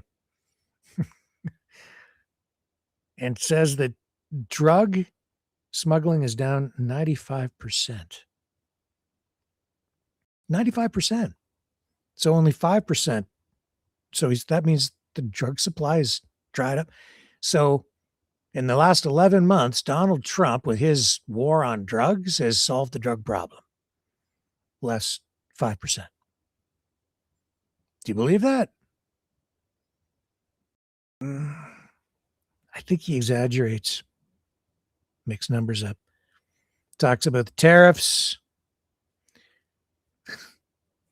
The truth about tariffs is that countries use tariffs for a couple of reasons, a few reasons. Normally, unless you're Donald Trump, but countries use tariffs for non-economic reasons, sometimes to protect certain national interests. And when using it for economic reasons, it's because they're not competitive in certain sectors. So it's a protectionist move. You bring in tariffs when you are not competitive, when you don't have some way to compete internationally with other countries. You bring in tariffs. It drives up prices because it protects jobs. It prevents imports from coming in. And you have only just begun to see the inflation that is going to come from the tariffs. And he says they have tariffs under control. And yet I know that if you can look it up, that even the government cooked inflation rate is currently sitting at about 3%. And what they're shooting for always is 1.5 to 2. That means the inflation rate is double where they would like it to be, and it's not getting better. And that's when they cook the number to make it look better than it really is. And we know Donald Trump lies about everything. He says it's under control, and it's not, because prices continue to rise. And he's constantly talking about gasoline prices and making that up. I've shown you repeatedly through all of these speeches where he didn't come out with an actual dollar amount, I don't think, for the price of a gallon of gasoline. But he's always like, it's $1.02. It's 16 cents over here. And he's never been accurate because the price of gas is still too high. Although, I don't think the price of gas is really the only way to measure the health of the economy or the state of inflation, because there are a lot of other factors involved in assessing, the cost of living. It's what are you paying at the grocery store? He's talking about the price of eggs. The price of eggs was largely affected because of the bird flu and a lot of culling of birds, and a lot of that has been flushed out of the system. The supply of the poultry and eggs on the U.S. side, although they've had some just recent bird flu outbreaks of, pretty substantial on the U.S. side.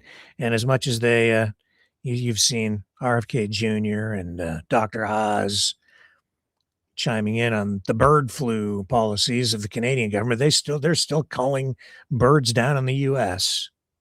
That's what the issue with the egg prices was all about.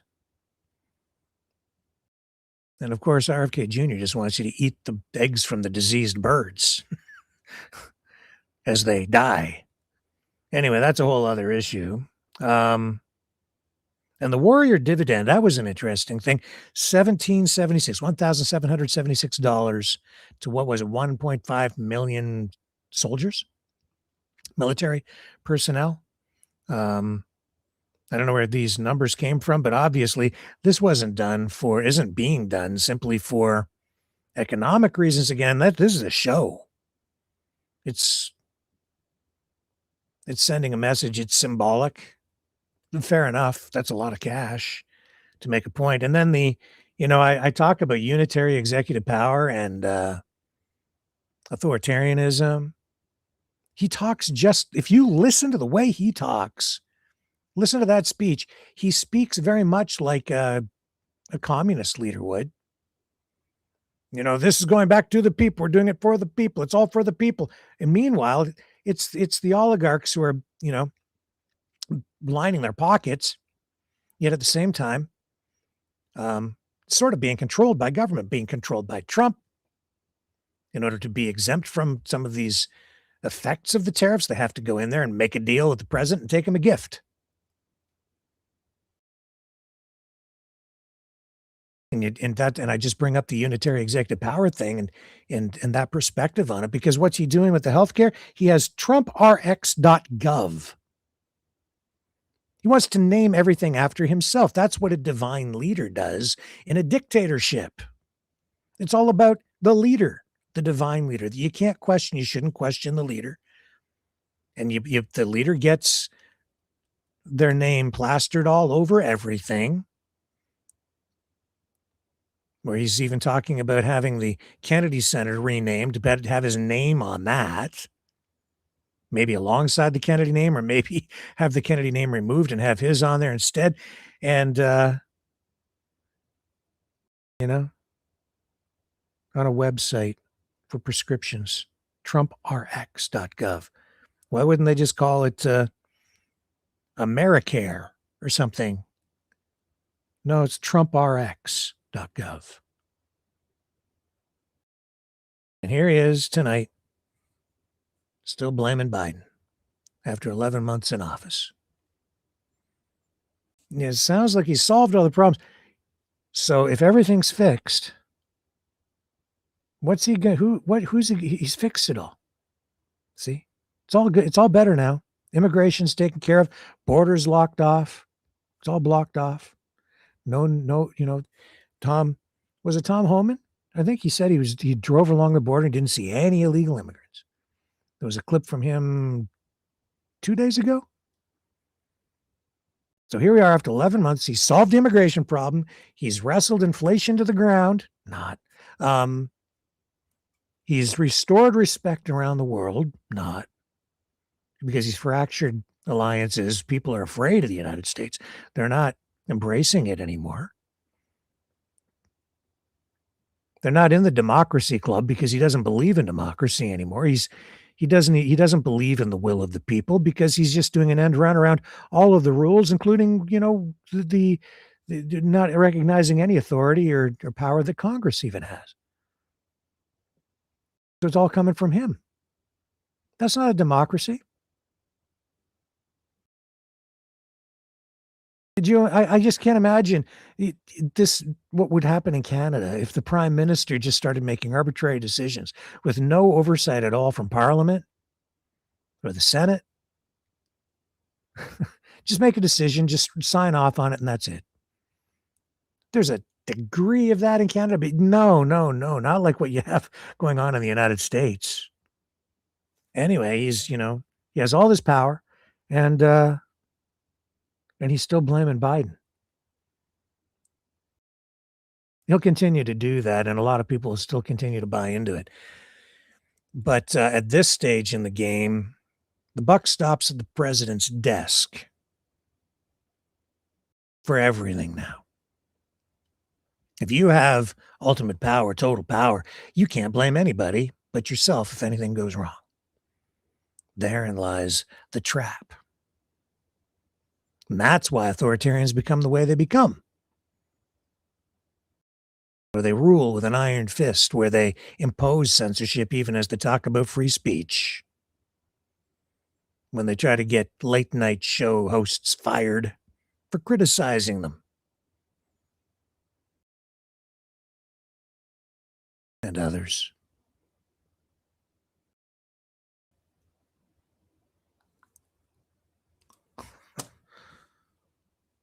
God help us, man.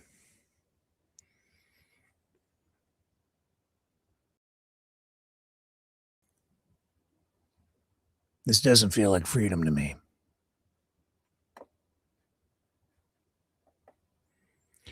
Take a short break, come back. I've got something else for you here at the end. I shall return. Do not go away. Brightleaf Innovations is excited to offer our newest investment opportunity, the Turn Easy Bed Storage Solution. Turns with a touch, spins all the way around. Every little thing you need is easy to be found. No more clutter, no more mess on the floor. Just spin it, reach it, you don't search anymore. Turn Easy Bed, spin your world around. Storage made simple, the best you found. Shelves your way, keep the mess away. Charge it, store it, night or day.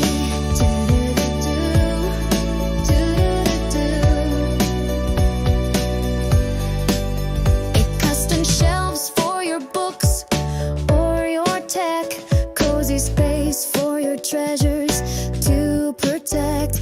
Built-in power when you need to recharge. Smart design that makes your bedroom feel large. Turn Easy Bed, spin your world around.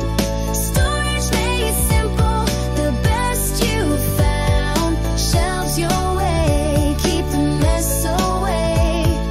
Charge it, store it, night or day. Designed and developed by Brightleaf Innovations.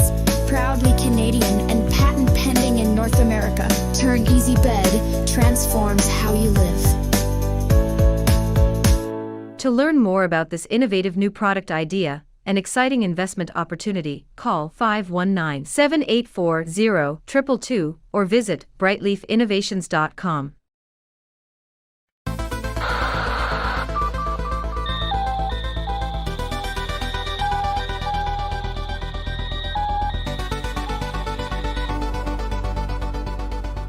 Maverick News isn't just a news outlet, it's a community of truth seekers.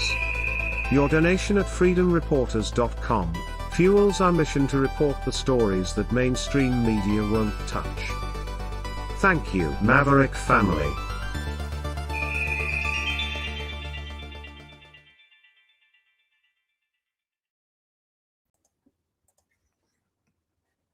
So a couple of things here near the end. So I guess Trump has handwritten some of these plaques that they had below the presidential portraits at the White House, and Caitlin Collins from CNN. Some saying she's been thrown into a tailspin over this. Just thought I'd share this with you. I have to say, these plaques, they're making me laugh. And I can't believe this crap is going on. It just seems so childish, just the wording and some of this stuff. I haven't seen this clip yet, but Collins,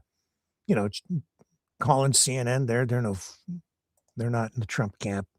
Let's let this roll. So these new plaques have just been added to the so-called Presidential Walk of Fame. They almost read, some of them, like Truth Social posts, including the ones under President Obama's that says he was one of the most divisive political figures in American history. Under President Biden's, it describes him as Sleepy Joe Biden and also says that he was the worst U.S. president in history. There are some that are nicer, including under Ronald Reagan's, for example, where President Trump says at the end that he was a fan of Trump's long before he ran for president. The White House press secretary Caroline Leavitt says the president actually hand wrote some of these plaques himself. So these new plaques have just been added to the so-called Presidential Walk of Fame. Sleepy Joe Biden. Is it really the blame game?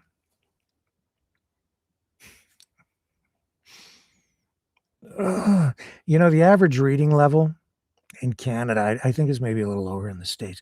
Grade 6. Makes you wonder about the value of democracy, right? If you can convince a lot of people to follow you. But I have to confess, like, I thought Trump was okay. That was a while ago, but I don't know. You know what? Largely what it is that things are so bad on the other side too that when you can just blame problems on somebody without actually being responsible for the solutions, you can get a lot of people to follow you. But once you're in, you have responsibility. Totally different story. Just want to bring you some of this video of this 100-car pileup in Alberta. Pretty nasty out there. Airdrie, scene of a massive car pileup, probably caused by flip-flop wearing dumb Fs. Debbie Blood Clot. Okay. Oh, the names. Oh, I shouldn't even be laughing. This is pretty bad.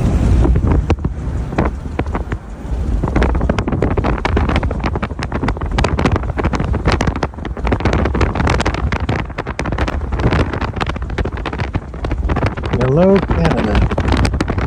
See, this is why you don't want to take over Canada.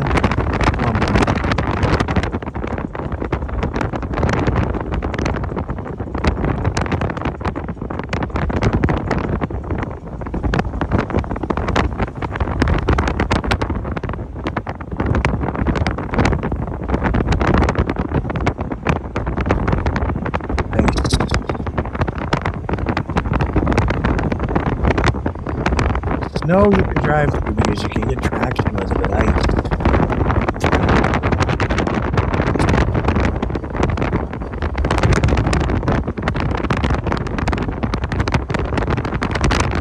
Look at this accident pile up on the highway. I just watched it happen.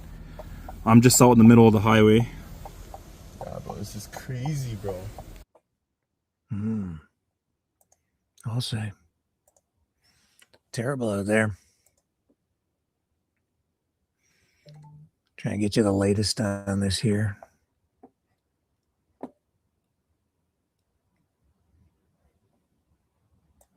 And I've got more on this Kuzma thing tonight too, so I want to share that with you before we sign off.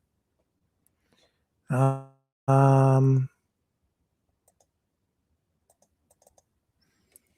get to the latest on this storm.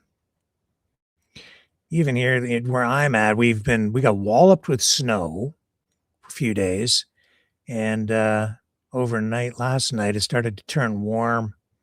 Everything's melting. Tomorrow, so a lot of snow here where I'm at in southern Ontario, and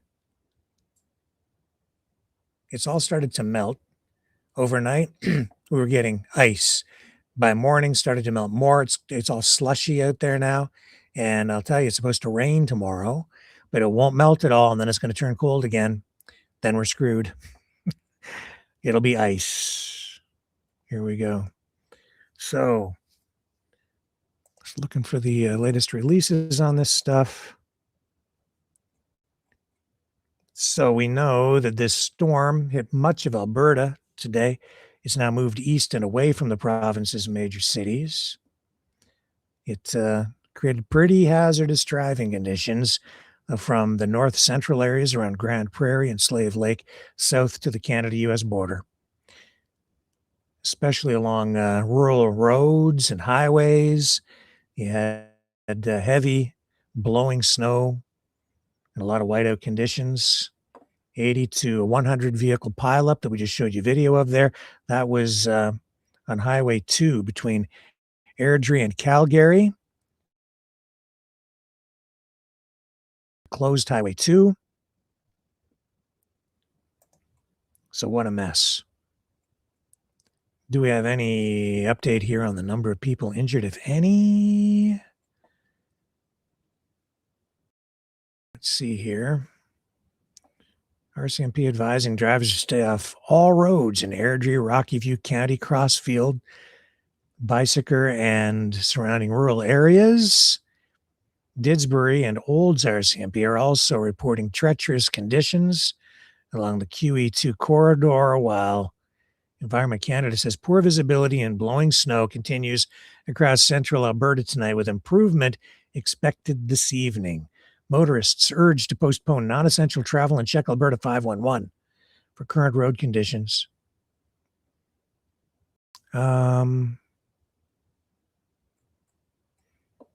So I'm not seeing any indication that anyone was killed or if there were any serious injuries here. So I'm going to have to say that I don't know. But if it's not being reported, that would normally be up near the top of anything from RCMP released. And there's none of that I can find. Anybody have any other information on injuries as a result of that pileup? Or hopefully nobody was. And I'm not seeing any indication that anybody was hurt in any serious way. Yeah, flash freeze warnings, Facebook updates. Yeah, weather says Jubilee. Yeah, so keep your eye on that. Anyway, if you're living out there in Alberta, thinking of you, especially if you're out there trapped on the highway someplace tonight, stay safe. Get home to your family. Get home to someplace where it's warm. Now, talking about trade, the U.S. has a list of demands that Canada has to meet now that they've issued in order to extend the Canada-U.S.-Mexico trade agreement. I'm going to pull the details up here on this. So this is new. Trade officials from the United States are signaling that Canada will need to meet these policy changes if Canada wants long-term certainty under the CUSMA deal, as the trade deal is coming up for a mandatory review in the new year. So the U.S. Trade Representative Jameson Greer told members of U.S. Congress that the deal has delivered benefits for American exporters, but Washington is not prepared to automatically extend it for another 16 years without addressing specific and structural issues. So do we have the more details on what they want? Well, it was a closed-door meeting that they had, I guess, and we don't have all of the information. The United States is calling on Canada to expand access, though, to its dairy market. We know that. And address concerns about exports of certain industry products. But one of the main reasons Canada, it's not about economics. It's about health concerns. It's about the use of hormones, antibiotics, etc., growth hormones, in order to get the cows, the dairy cows, to produce, way more milk. And Canada has much stricter rules on that kind of stuff. That's what supply management is about. And it's a more complicated issue than, just have free trade. That's, like I said before, countries use tariffs for sometimes economic reasons, sometimes non-economic reasons. Anyway, we could have more. And we will be talking about that more in the months ahead. And I know that's like one of the main ones right there for the U.S. side, is for some reason they are just fixated on the Canadian dairy industry. Have been for quite a while. And the trade representative from the U.S. is also calling this dispute involving what he's calling Alberta's unfair treatment of electrical power distribution providers in Montana, saying it has to be addressed as part of the CUSMA review. So it's energy, oil, electricity.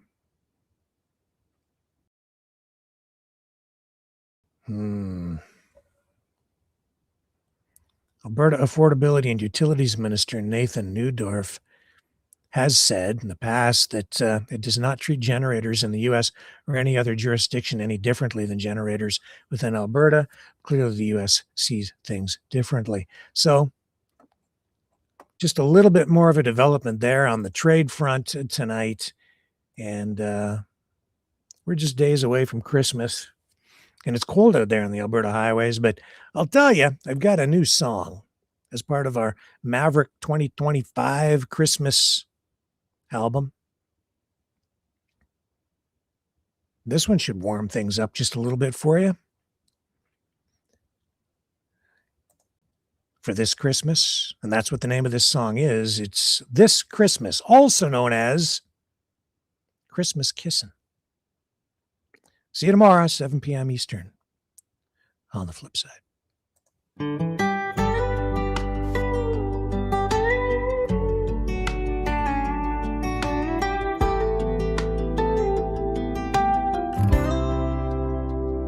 Snow's falling quiet, lights are hung low, fire's dying down, and the radio's slow.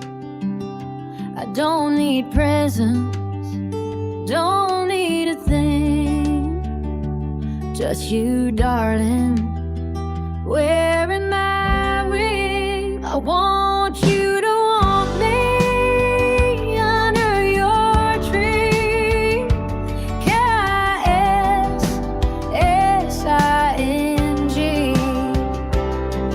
This Christmas, wrap me up tight in the soft colored light. That's all I need. I want you to want me under your tree this Christmas. If heaven hears a fool like me, send him down his lonesome street. Let his headlights find my door. I've never wanted nothing more than you wanted me. Mistletoe's waiting, porch light burns bright. Come on home, baby, make it right tonight. I want you to want me under your tree. K-I-S-S-I-G.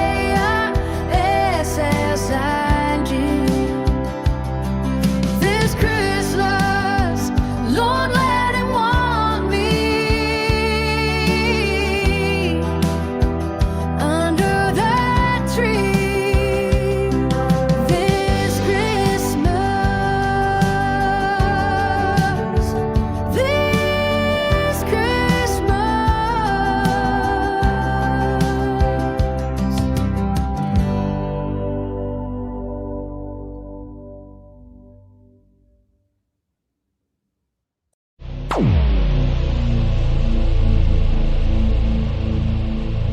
This has been a Maverick Multimedia production.